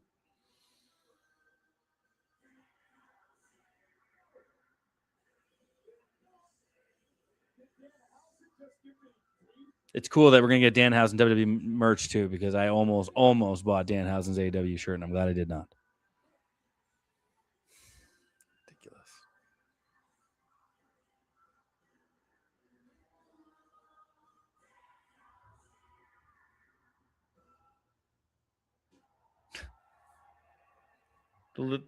The little pyro pop was funny. The lights just went out again. What if it's both? What if it's Chris Jericho now? What if it's both? Because the lights just went out again. Unless he's just leaving. Oh, he's just gone.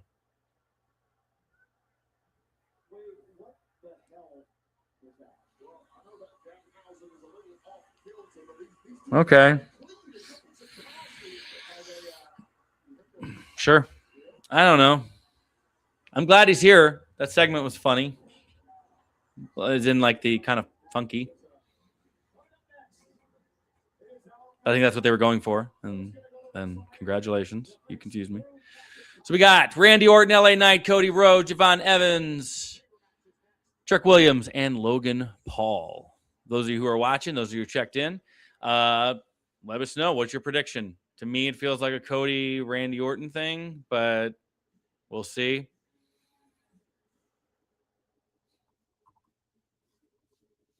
I'm going to step away for a quick second. I will be right back. Take a quick second as we get ready for our main event of the evening, the men's Elimination Chamber. Winner faces Drew McIntyre. Be right back.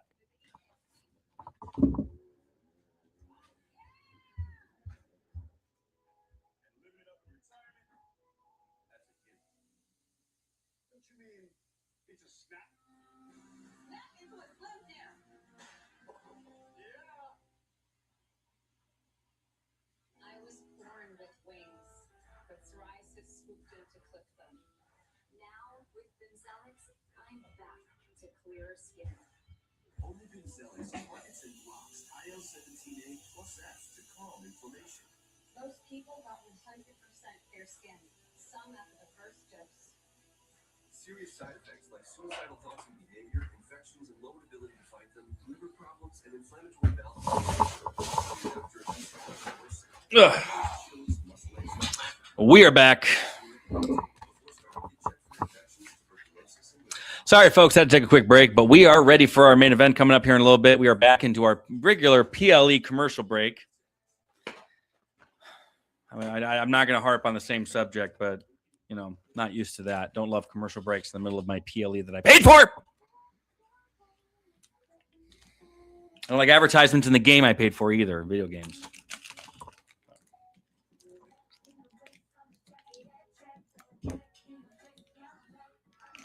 Stand up to these damn advertisements. Anything they advertise in this segment, don't buy it. You shouldn't buy a Galaxy S26 anyway. Damn it. They're advertising hockey. Bastards. They got me. Take back what I said. Watch hockey. Watch the Red Wings. I'm telling you. Stanley Cup this year.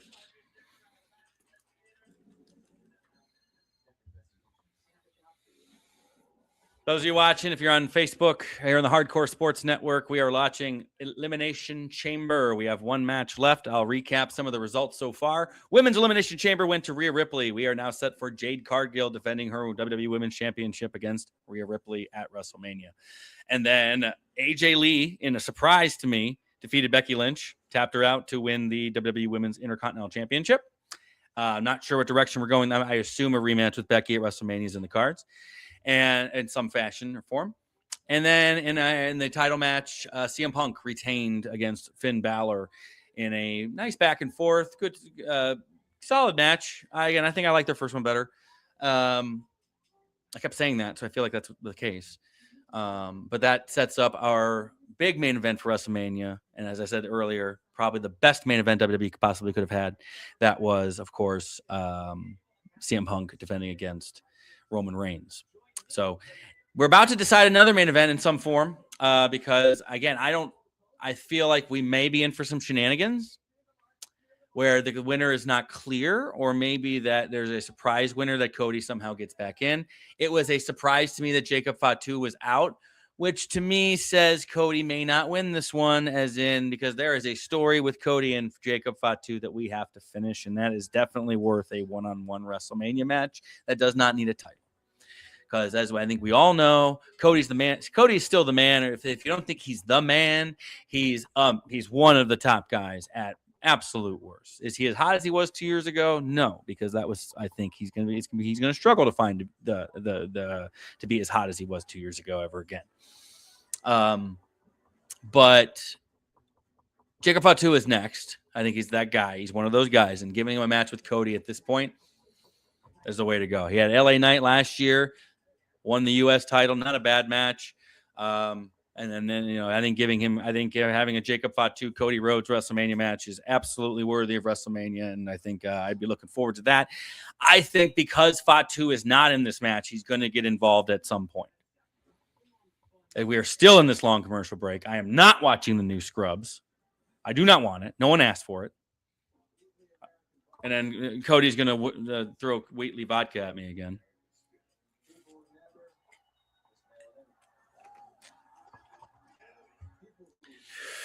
I don't know about you guys. I'd love to see. I can't wait to see. They've been really holding off on Cody and Jacob Fatu, so I feel like that's the plan. Has anybody had Wheatley vodka? Has anybody had it? Is it any good? I don't drink. I mean, vodka's solid because it's the only alcohol that's 0 carb. But I mean, Cody seems to like this Wheatley vodka. I don't know how drunk Cody ever gets. That's a good question. Who's one of the wrestlers that you've seen tonight that would you like to have a drink with, or at the very least somebody in this one? Cody might be fun. Cody seems like he might be fun. I like his podcast. Randy Orton, I don't know if he even drinks anymore. Partying with the 25-year-old Randy Orton though. Yeah, maybe. I don't know, man. That might peak. I don't know if I could party with Randy Orton when he was 25. I know I can't hang with mid-90s Shawn Michaels. I don't think anybody has the. I mean, Keith Richards could.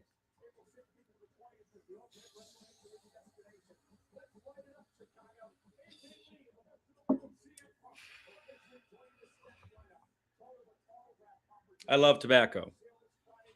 Tobacco is delicious.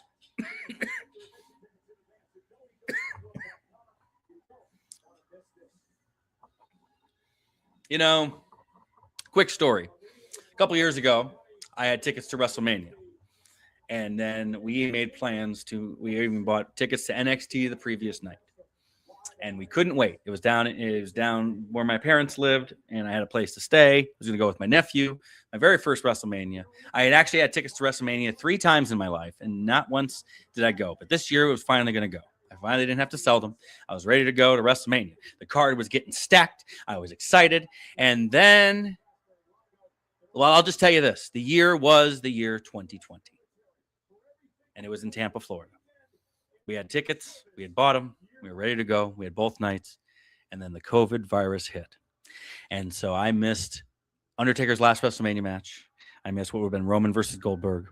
So I know people think of the COVID era as a lot of different things, but when I think of the COVID era, I think of the fact that I missed out on my first ever WrestleMania. And I'll be honest, the way the prices are going, I make good money. I'm not poor, not rich either. And I'm not WrestleMania rich, apparently, because I may never go. If it goes to fucking Saudi next year, I'm definitely not going, because I ain't going to no Saudi Arabia for no WrestleMania. If I can't even make it in my own country, I ain't going to Saudi. I don't even want to go to Vegas. Vegas ain't even fun anymore. I used to go to Vegas all the time. Vegas stinks. They watch it's depreciating value, and they're building some big Hard Rock hotel, giant guitar hotel. Who's going to stay there? Who's staying there?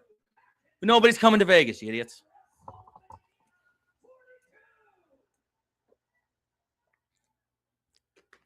And we are getting started. Entrances are about to go. We are zoomed in on the WrestleMania sign. Who's first? Lights are out. Who is this? Is this Joanna? Looks like it's it's Trick. Trick's out first.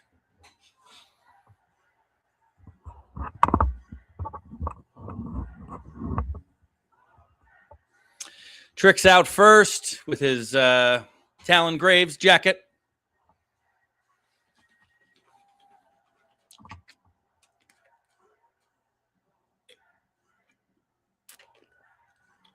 What are your predictions, guys? Like I said, I don't think Cody's going to win it, because I think there was a reason Jacob Fatu's not in this, and we're going to get a little bit of a run-in somehow. But then that leaves interesting questions as to who Drew fights. And I'll say this, they could really surprise us tonight and maybe even give us a Trick Williams or give us a Javon Evans and take a big risk with Drew McIntyre's title defense at WrestleMania. I don't know how you feel about that. I don't know if Randy makes a lot of sense. Do away with late. Completely agree with you. I think that the Royal Rumble is getting later and later too. That kind of happened when, I don't know, the Super Bowl's been moving back too. It's just, I don't know what's going on with that. I know with the NFL, it was that we added another week of games, but with the WWE, we just keep moving back. And I feel like we're going to hit a May WrestleMania at some point. I think we got close at one point, but I don't want, that seems awful late. It seems awful long after the Royal Rumble.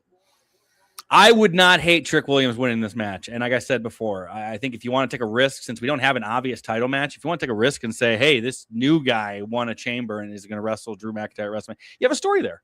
And then they already talked about how Trick Williams is probably getting geared for a face turn. They've been trying him as a heel, but the crowd's behind him. So why not? Why not? Why not pull the trigger? I say sometimes you take the risk and see if a guy can do it. Last year they did with Jey Uso. I know it didn't work great, but I don't know, man. I think Trick could do it. Let's see what you think.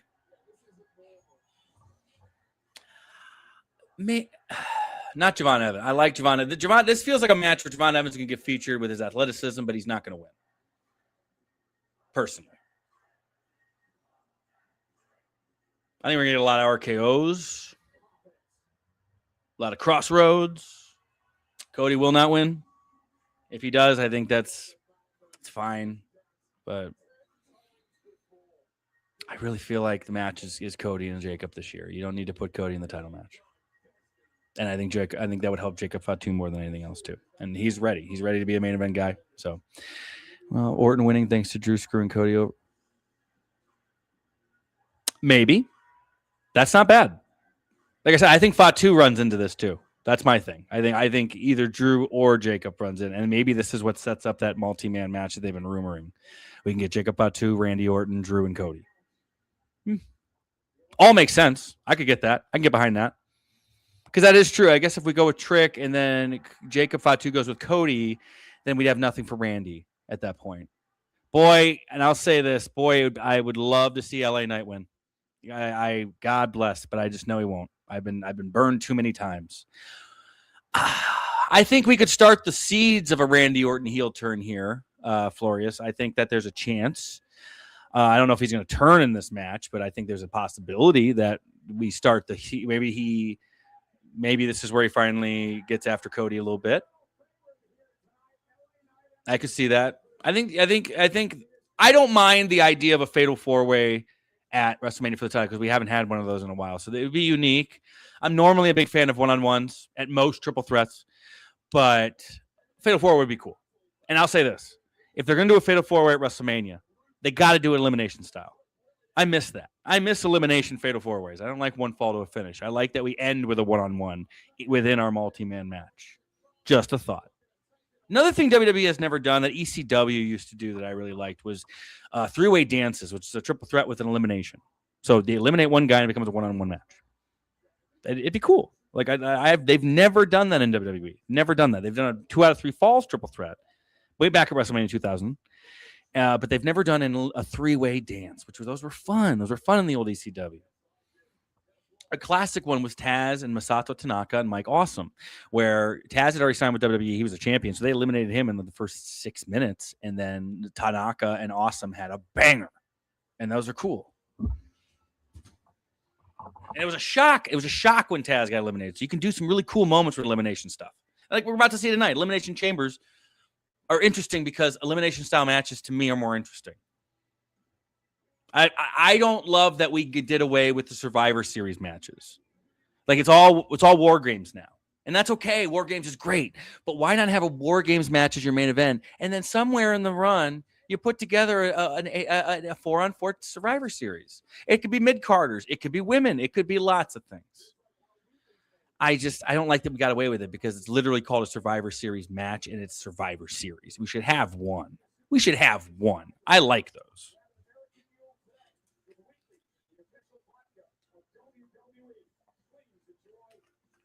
It's like King of the Ring without a tournament.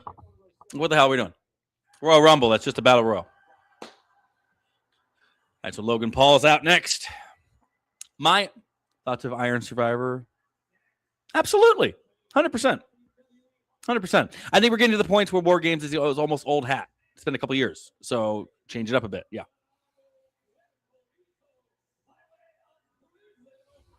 I appreciate they're trying with Austin Theory.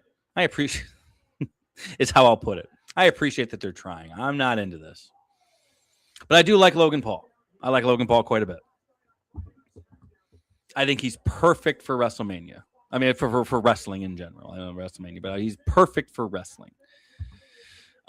His character is pulled right out of wrestling. Really, that's how he's always been. And I think he's a really, really solid athlete. And he's really taken to it. I like Logan Paul. Maybe not as a person exactly. I think I would absolutely rather hang out with Logan Paul than Jake Paul. That's not saying a ton of lot.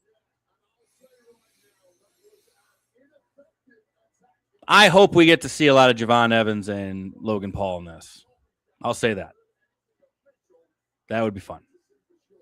I know one of them is going to eat a flying RKO. That's going to be sweet. Masked Man here in the chamber. They revealed the Masked Man last night. It was just some dude. But maybe Seth. Maybe, yeah. Maybe. I'm trying to think. To chase off Paul Heyman. We could do a lot in this. This could be a really big storyline pusher where we have Seth happen in the middle, and then we do that run-in we talked about earlier with either Jacob Fatu and Drew McIntyre at the same time. Like, we could do a lot of crazy shit in this match. And the fact that the previous 3 matches have been kind of straight, there haven't been a lot of shenanigans outside of the ref bumps with the Becky and AJ match. We could very easily make this match, even though it's a chamber, we could do some crazy crap. Like, just run-ins. Ah, interesting. So that makes sense.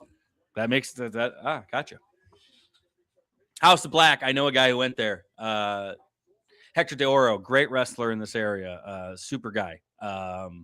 So I've heard some cool stories about Seth Rollins' training facilities.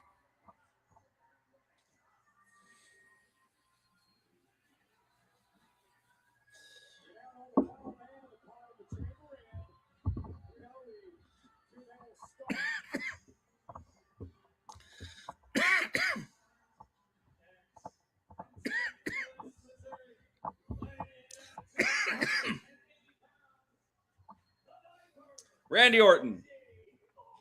Gotta love him.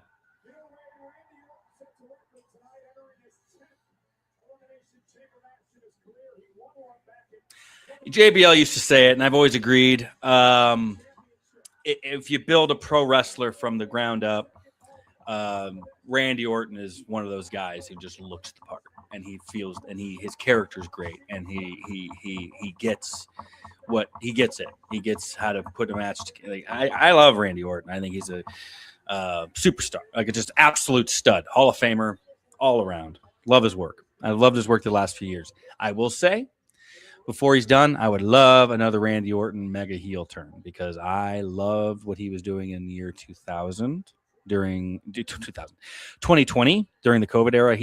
People forget the COVID era was rough, but in there was some of Randy Orton's best heel work.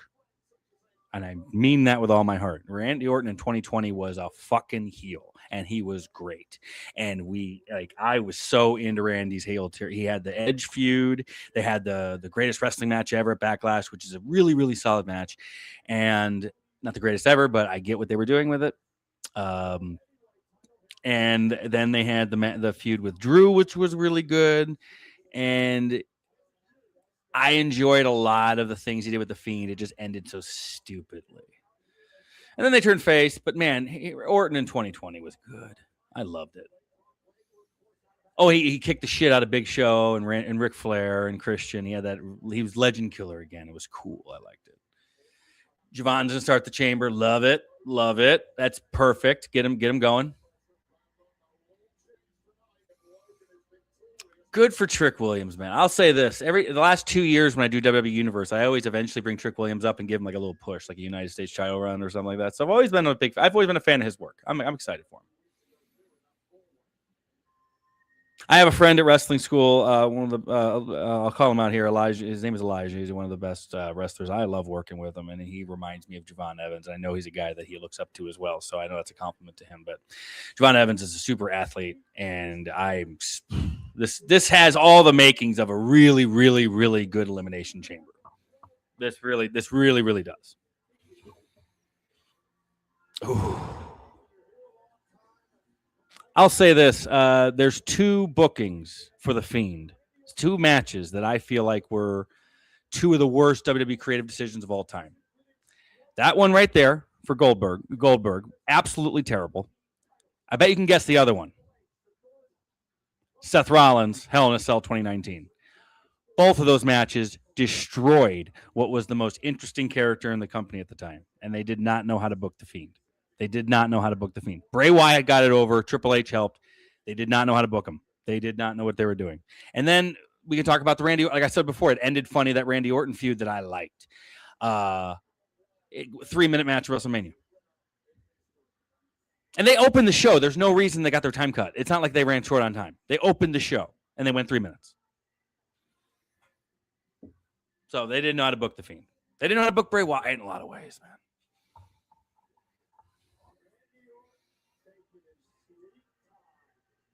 So who's left? So it's Javon Evans and Cody? Cool. Cool. I like that. Also gives Cody an out if he doesn't win this. He started it. So I like that. I like that. So because we can say like Cody went like fucking 30 minutes in the thing and lost. It's fine. Or am I wrong? Is Cody in one of the chambers? Maybe I'm wrong. I missed an entrance. It might have been him, but I probably would have heard Kingdom. So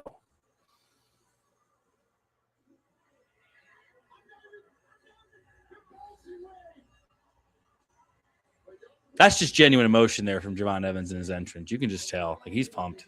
Good for him, man. This is a big moment it's a big moment for him and Trick Williams. Huge moment, and he's 21 years old. That's wild. Oh, good for him. Let him show out. Let him show out. This is great. That's cool. It was crazy when Randy Orton was as young as he was and was doing what he was doing. I was there when you know what I mean. I wasn't there, but I was watching when Randy Orton debuted. A similar situation, just young as hell, and it's crazy that they get to these points. It's crazy, unbelievable that they're ready to be in WWE right now, and he's in a main event on a PLE. That's incredible. Good for him. Good for him. I didn't know. I don't know a lot about him, so I didn't know he was that young. That's crazy. He looked young. I just didn't know he was just learning how to drink.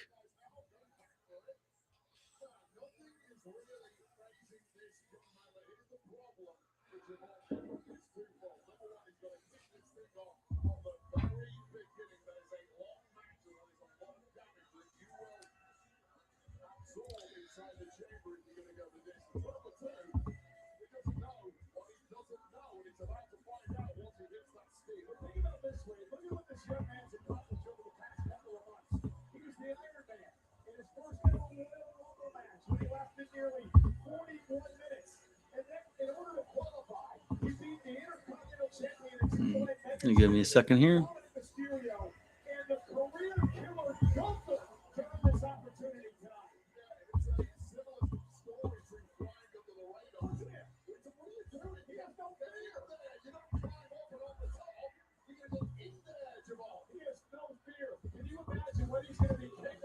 All right. I had to dump the one Facebook feed, but we are back. We are live here on YouTube.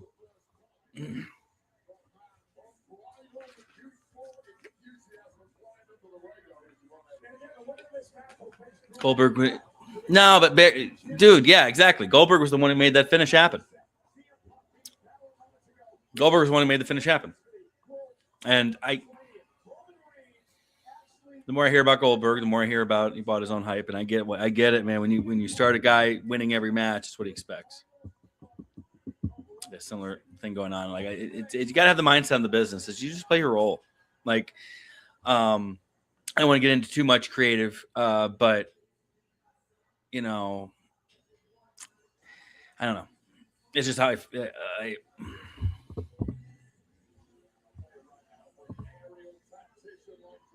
welcome. If you're joining us here on YouTube, the main event is about to start here for Elimination Chamber 2026 here in Chicago. Not here in Chicago. I am in Kansas City. It is in Chicago in the United Center. And Javon Evans is making his entrance. He's soaking it in, really been featured in his entrance, getting his moment here. So he's going to start the match. He's already might have gassed himself a little bit. So I'm trying to see. So we got Trick in the chamber, LA Knight, Randy Orton, and I want to say there's one more entrance. I want to say it's Cody. Like I said, I missed an entrance by talking. It's Cody. Yeah, it's Cody. So we get Cody and Javon Evans to get things going. That's going to be sweet. And again, it gives Cody outs. They give him time, he goes for 30 minutes.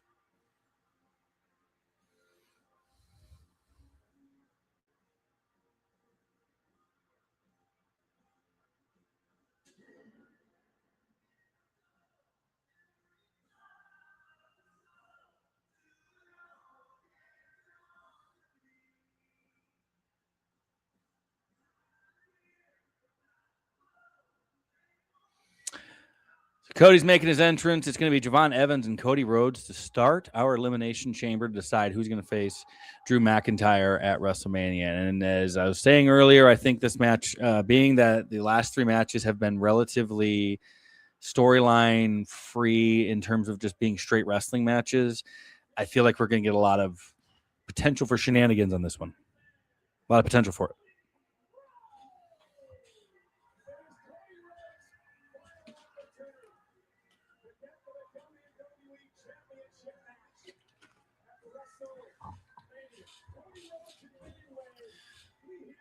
Cody handing off the weight belt.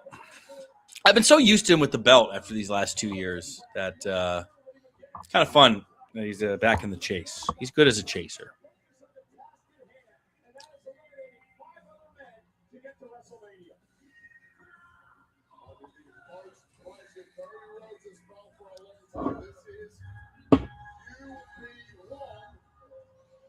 Cody with his usual Sergeant Pepper's outfit.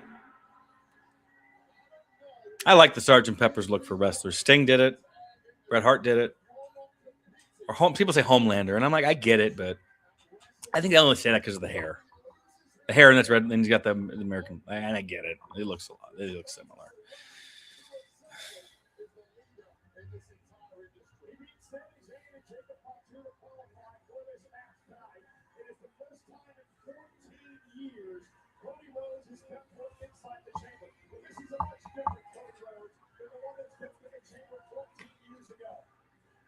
Entrances are taking forever. I'll say that. Let's get going, man. Come on. You know?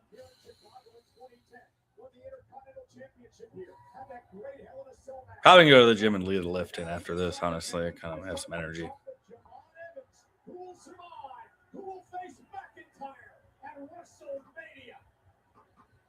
We are started. 5-minute intervals is what they're going to enter in, and we are starting with Cody and Javon Evans. Both kind of wearing some goldish pants. A little confusing, but that's all right. At least communicate a little bit about what you're going to wear, right?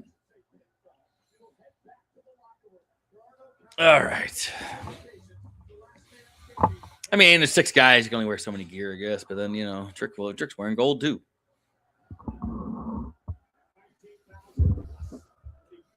Whoop. Cody getting his spots in early. Getting the fallen kind of chop he does. The fallen chin chop. Cody with another. Going for a suplex. Stalling. Legs are kicking. Legs are kicking. What are we doing? What are we doing? Front suplex. And 1, 2. Kick up. I wonder how long it's going to take for the first elimination. I feel like they should let him go a little bit, personally. Like, let him go a tiny bit. There's nobody watching right now, so I'm going to chill out.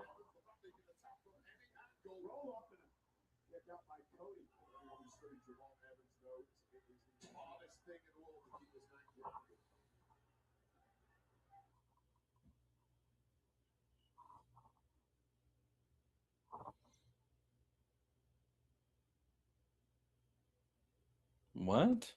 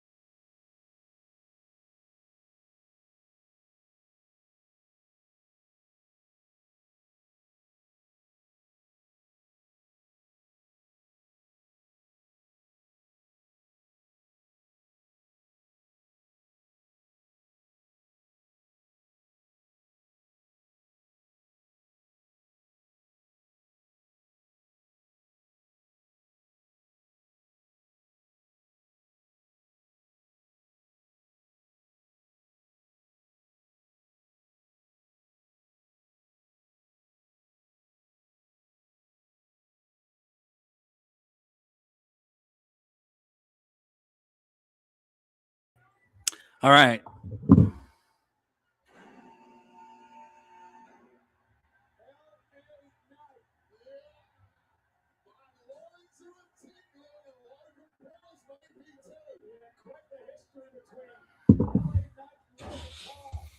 We are back here. Apologize. We had a little bit of a technical issue. First one of the night. We were kind of rolling. We were going really well there.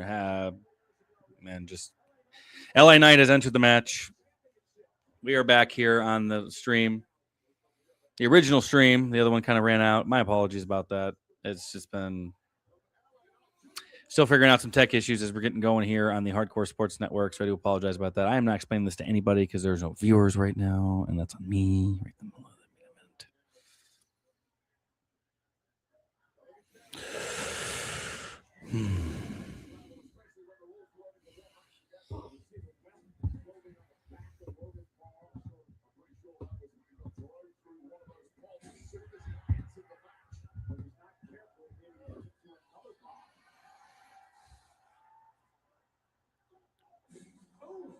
Eliminations yet in this match.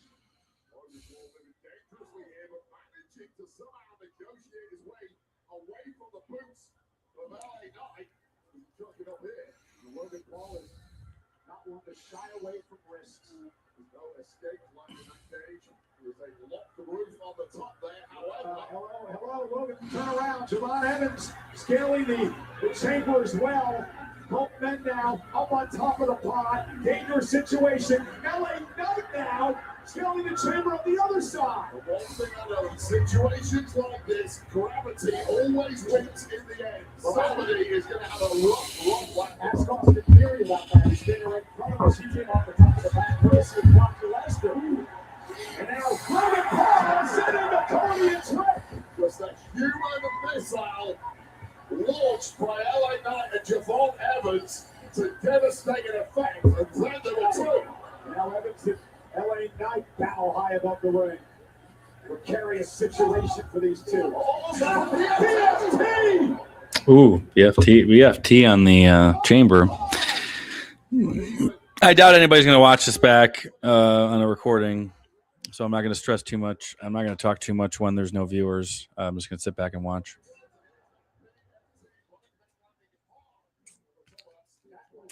Howdy, y'all. Still going here in the main event. Looks like we are going to get our last entrant, which looks like it is Randy Orton. There have been no, well, no, I think there's actually two more. Nope, they're all in except for Randy Orton. So we got one more in, and it's Randy Orton, and we have every entrant in, no eliminations.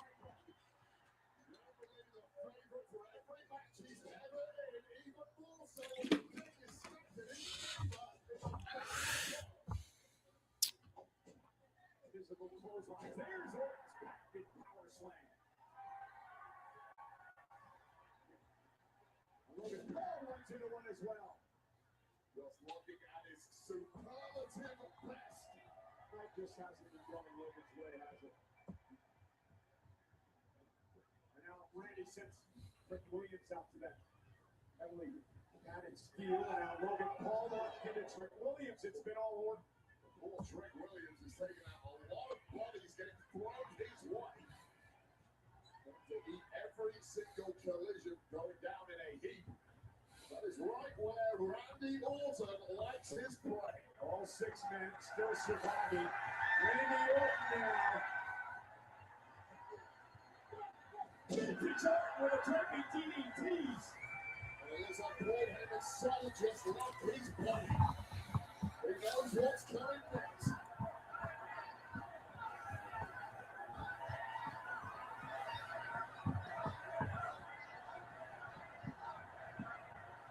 Randy's going to that place where his voice is in his head. LA Knight. Over up there, Knight counters with a DDT. And you have to pounce on Randy Orton when you get the chance to execute an RKO on Logan Paul. Javon Evans is still up on the. LA Knight knew his chance to drop the Viper was there, and he went for it. Bodies are everywhere. Javon Evans is finally coming to on the top of the pod. following the PFT by LA Knight. Lying on the ground in the drop zone. There's Javon Evans going to do it here. Cross pass from the block. Let's get his own grips in the process. Right off. Logan Paul now. Here it is. Paul Morrison. Paul Morrison. Logan eliminates Evans.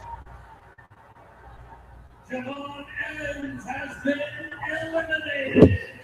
And for all the physical abuse Paul took in this matchup, he gains the first elimination. It's a taste of reality for Javon Evans overextended himself with that frog splash. You know, a predator like Logan Paul was just waiting to bounce. Again, sometimes that youthful exuberance, you get a bit carried away. And it's the only way you learn lessons in this game, by making a mistake like that. Javon Evans, nice performance. He'll be back. Cody now sent across the ring by Logan. Cody going to kick the ball. Right now. And Cody on his shoulder.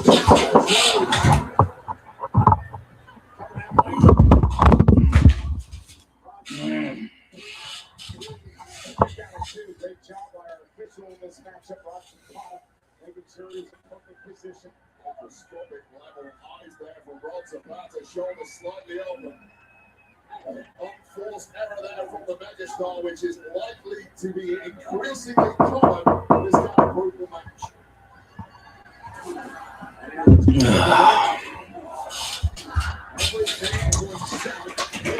Hey, sorry, man. I'm doing a live stream. I apologize. Sorry about that, guys.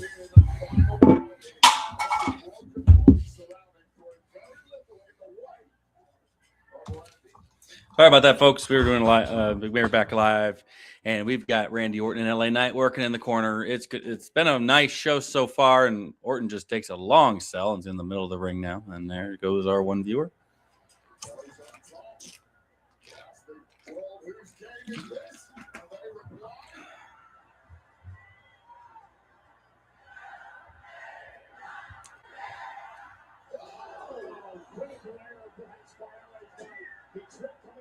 Oh man, you know, it's tough. Every time LA Knight has a moment, he just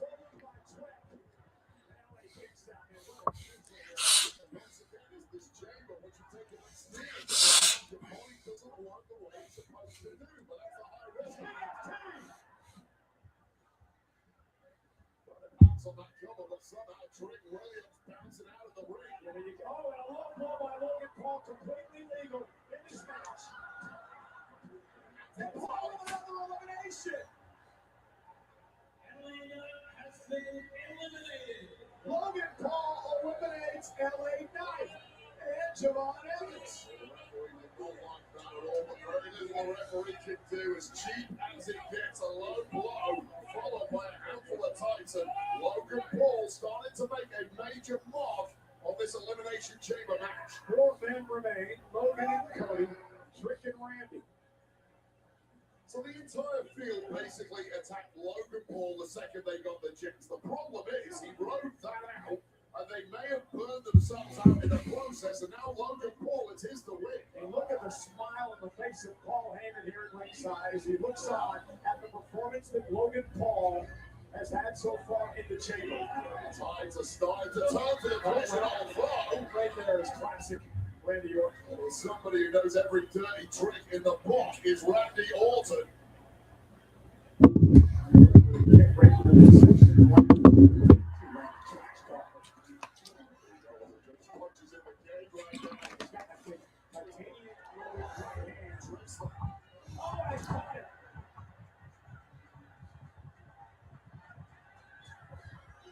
Trick exposing the knee. With a trick shot, Logan Paul. Look down harm's way. Trick dropped. Cody Rhodes now. Cross Rhodes. Logan Paul sends Cody into the post. What's a steal of the lead? Covered Alan Williams. A third elimination. Logan Paul with the 3 eliminations. He got Javon Evans. He gets LA Knight. He throws Cody off. He just eliminated Trick Williams. So We're down to Logan, Cody, and Randy.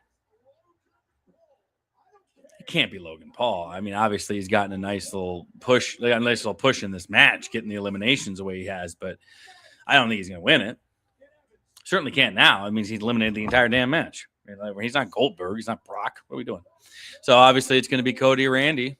And as I said before, the door is open. We're about to get some shenanigans. They're really focusing on that. Yep. Door's open. Look who it is. Masked Man. Oh, shoot. We got Masked Man.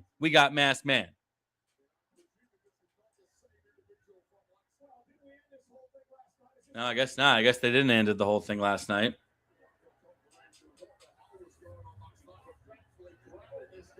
Yeah, the door is still open. Who's that?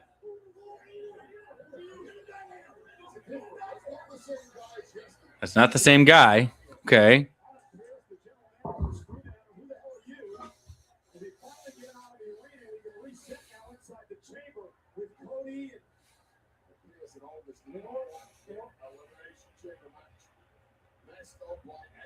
So Javon Evans getting carried out now. The door is still open, and here comes another masked man. Here we go. This has to be it. This has to be the guy. This has to be Seth Rollins. Let's see. And then, of course, another stomp. And it's got to be Seth.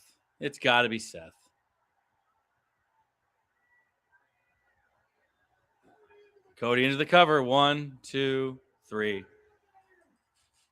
Logan's out. It's Cody. It's Randy. What if it's Drew, Matt? What if it's Drew? I don't know. What if it's somebody else other than Seth? It's Seth.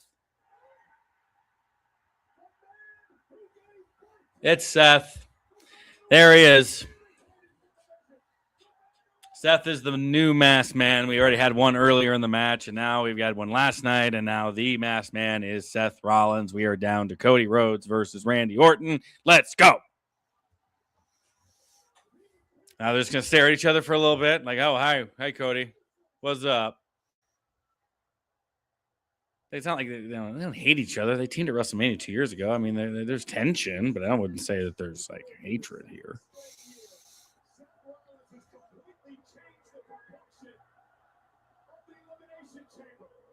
Seth Rollins is back. Braun Breaker's hurt. And so is, can't remember his damn name. He always gets hurt. Tsunami guy. So here we go. Cody, Randy. Heist of the century. Okay. There we go. Cody and Randy getting going.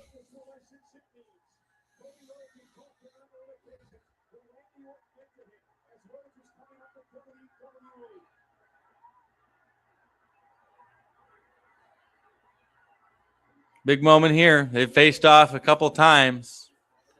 But I feel like this. Yeah, Drew. Drew just smacked Cody in the back with the belt. Now he's in the ring. We're going to get Jacob Fatu here in a second. This is going to be your this fatal four-way. Here we go. I told you there'd be shenanigans. I told you there'd be some bullshit. And somehow that door is still open. Jesus Christ. Can we get some decor? Can we get something going to close the door? I mean, there's a guy standing there. The referee. And RKO to Drew. And a good old crossroads. Bye-bye, Drew. And RKO by Randy. 1. Randy Orton with the win.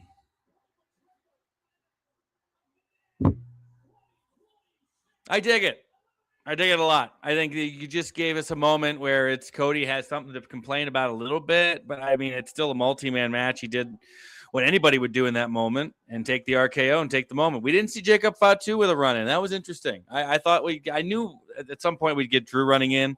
I didn't think, I thought there was a moment there for Jacob to get in and set up a fatal four-way of some sort. But As it stands right now, we're getting Drew and Randy. Well, that's something. That's interesting. That's going to be good. I mean, like I said, I don't think this is where we finish necessarily. Like I said, I still think we have a Jacob Fatu. We could do a fatal four-way perhaps with Jacob Fatu and Cody. I don't think the story is by any means done. There's a reason that they booked this the way they did at this point. But yeah, no, I like that they had Randy pull the trigger on him and go ahead and bang, bang. It continues the story they had of the match way back a couple months ago. And of course, Seth Rollins' return sets us up for a lot of stuff there with the Vision. But you know, it looks like the only option they have left is Seth and Logan. I don't see it as Seth and Austin Theory unless they want to do a tag match. And then who does he team with? So I don't know. But we'll see. I mean, why was that surprising to Paul Heyman? Like at some point, it's like, come on. He's doing the stomp.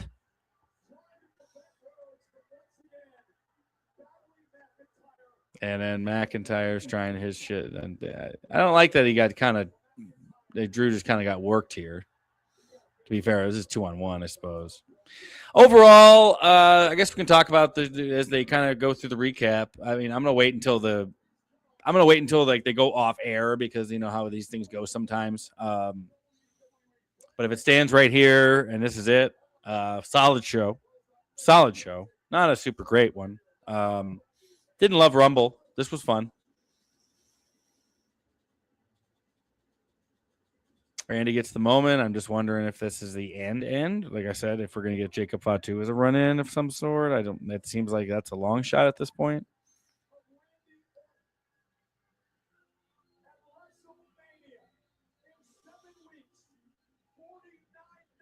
Are we seeing a Cody turn?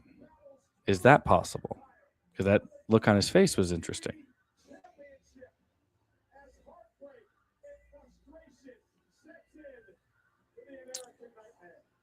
He's hard to feel bad for Cody. He's main evented 2 years in a row. He's held the belt for a while.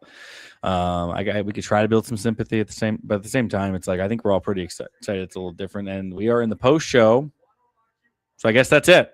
So I'm gonna go into the post show myself. So I guess I'll give some ratings out to the matches. So the first women's one, I liked what they did direction wise in terms of presenting Raquel as a powerhouse. She got quite a few eliminations, double pin of Asuka and Kiana James, and then it ended up being Tiffy and Rhea at the end. Nice exchange, good stuff. Ended with Rhea Riptide. She's heading off to face Jade Cargill at WrestleMania. That'll be a really fun match. I'm really excited about that one. And I'm interested in the build up to that too because I think both could. I think promo wise it'll be interesting. And then next match was AJ Lee defeating Becky Lynch for the title. Surprised. I really thought this was going to be a cheap finish for Becky, get some more heat, and for a rematch at WrestleMania, unless there's something I don't know about the direction they're going or something like that. But that match was I'd give it I don't like to rate chamber matches. It's hard to do that. But in terms of the one-on-one match between AJ and Becky, there's some clunkiness at the end that I think I'm going to mark it off for, but I'd say 3.25 stars. Fine. Not offensive. Just some timing issues and clunkiness that comes with some ring rust on AJ Lee's part. And then the title match between Finn Balor and CM Punk, that was very, very solid. They really held off and then had a nice back and forth. They held off and did some good psychology earlier then Finn took over for a bit, had some moments, back and forth, cool spots, reversal, finally ends with a GTS. It was almost a flat finish with how hot the ending was going. And then it was just kind of like he picks him up, GTS, 1, 2, 3, and we went home. I was like, okay. There was no real spot that led to it. He just kind of picked him up and said, bye-bye. And then we just saw what we saw there. Logan Paul getting some cheap pins, eliminating the first 3 guys, getting some heat. Seth Rollins returns, doors wide open for most of the last half of the match. And Seth Rollins comes in, gets Logan Paul eliminated, leading to, I guess, since there's nothing left, Logan Paul and Seth Rollins at WrestleMania, perhaps. And then, of course, we just saw what we saw. Randy Orton defeating Cody Rhodes in the final. Decent show. Next stop is on WrestleMania, which I am positive that we will have some streams for WrestleMania on the Hardcore Sports Networks. Stay tuned for that. We'll, of course, announce it. Hope you enjoyed the show. I certainly did. I had a good time just sitting on here, you guys coming in and out, talking about wrestling, and I appreciate everybody who kind of tuned in today. So that is it for us from the Hardcore Sports Network and Michigan Mike. We will catch you again next time.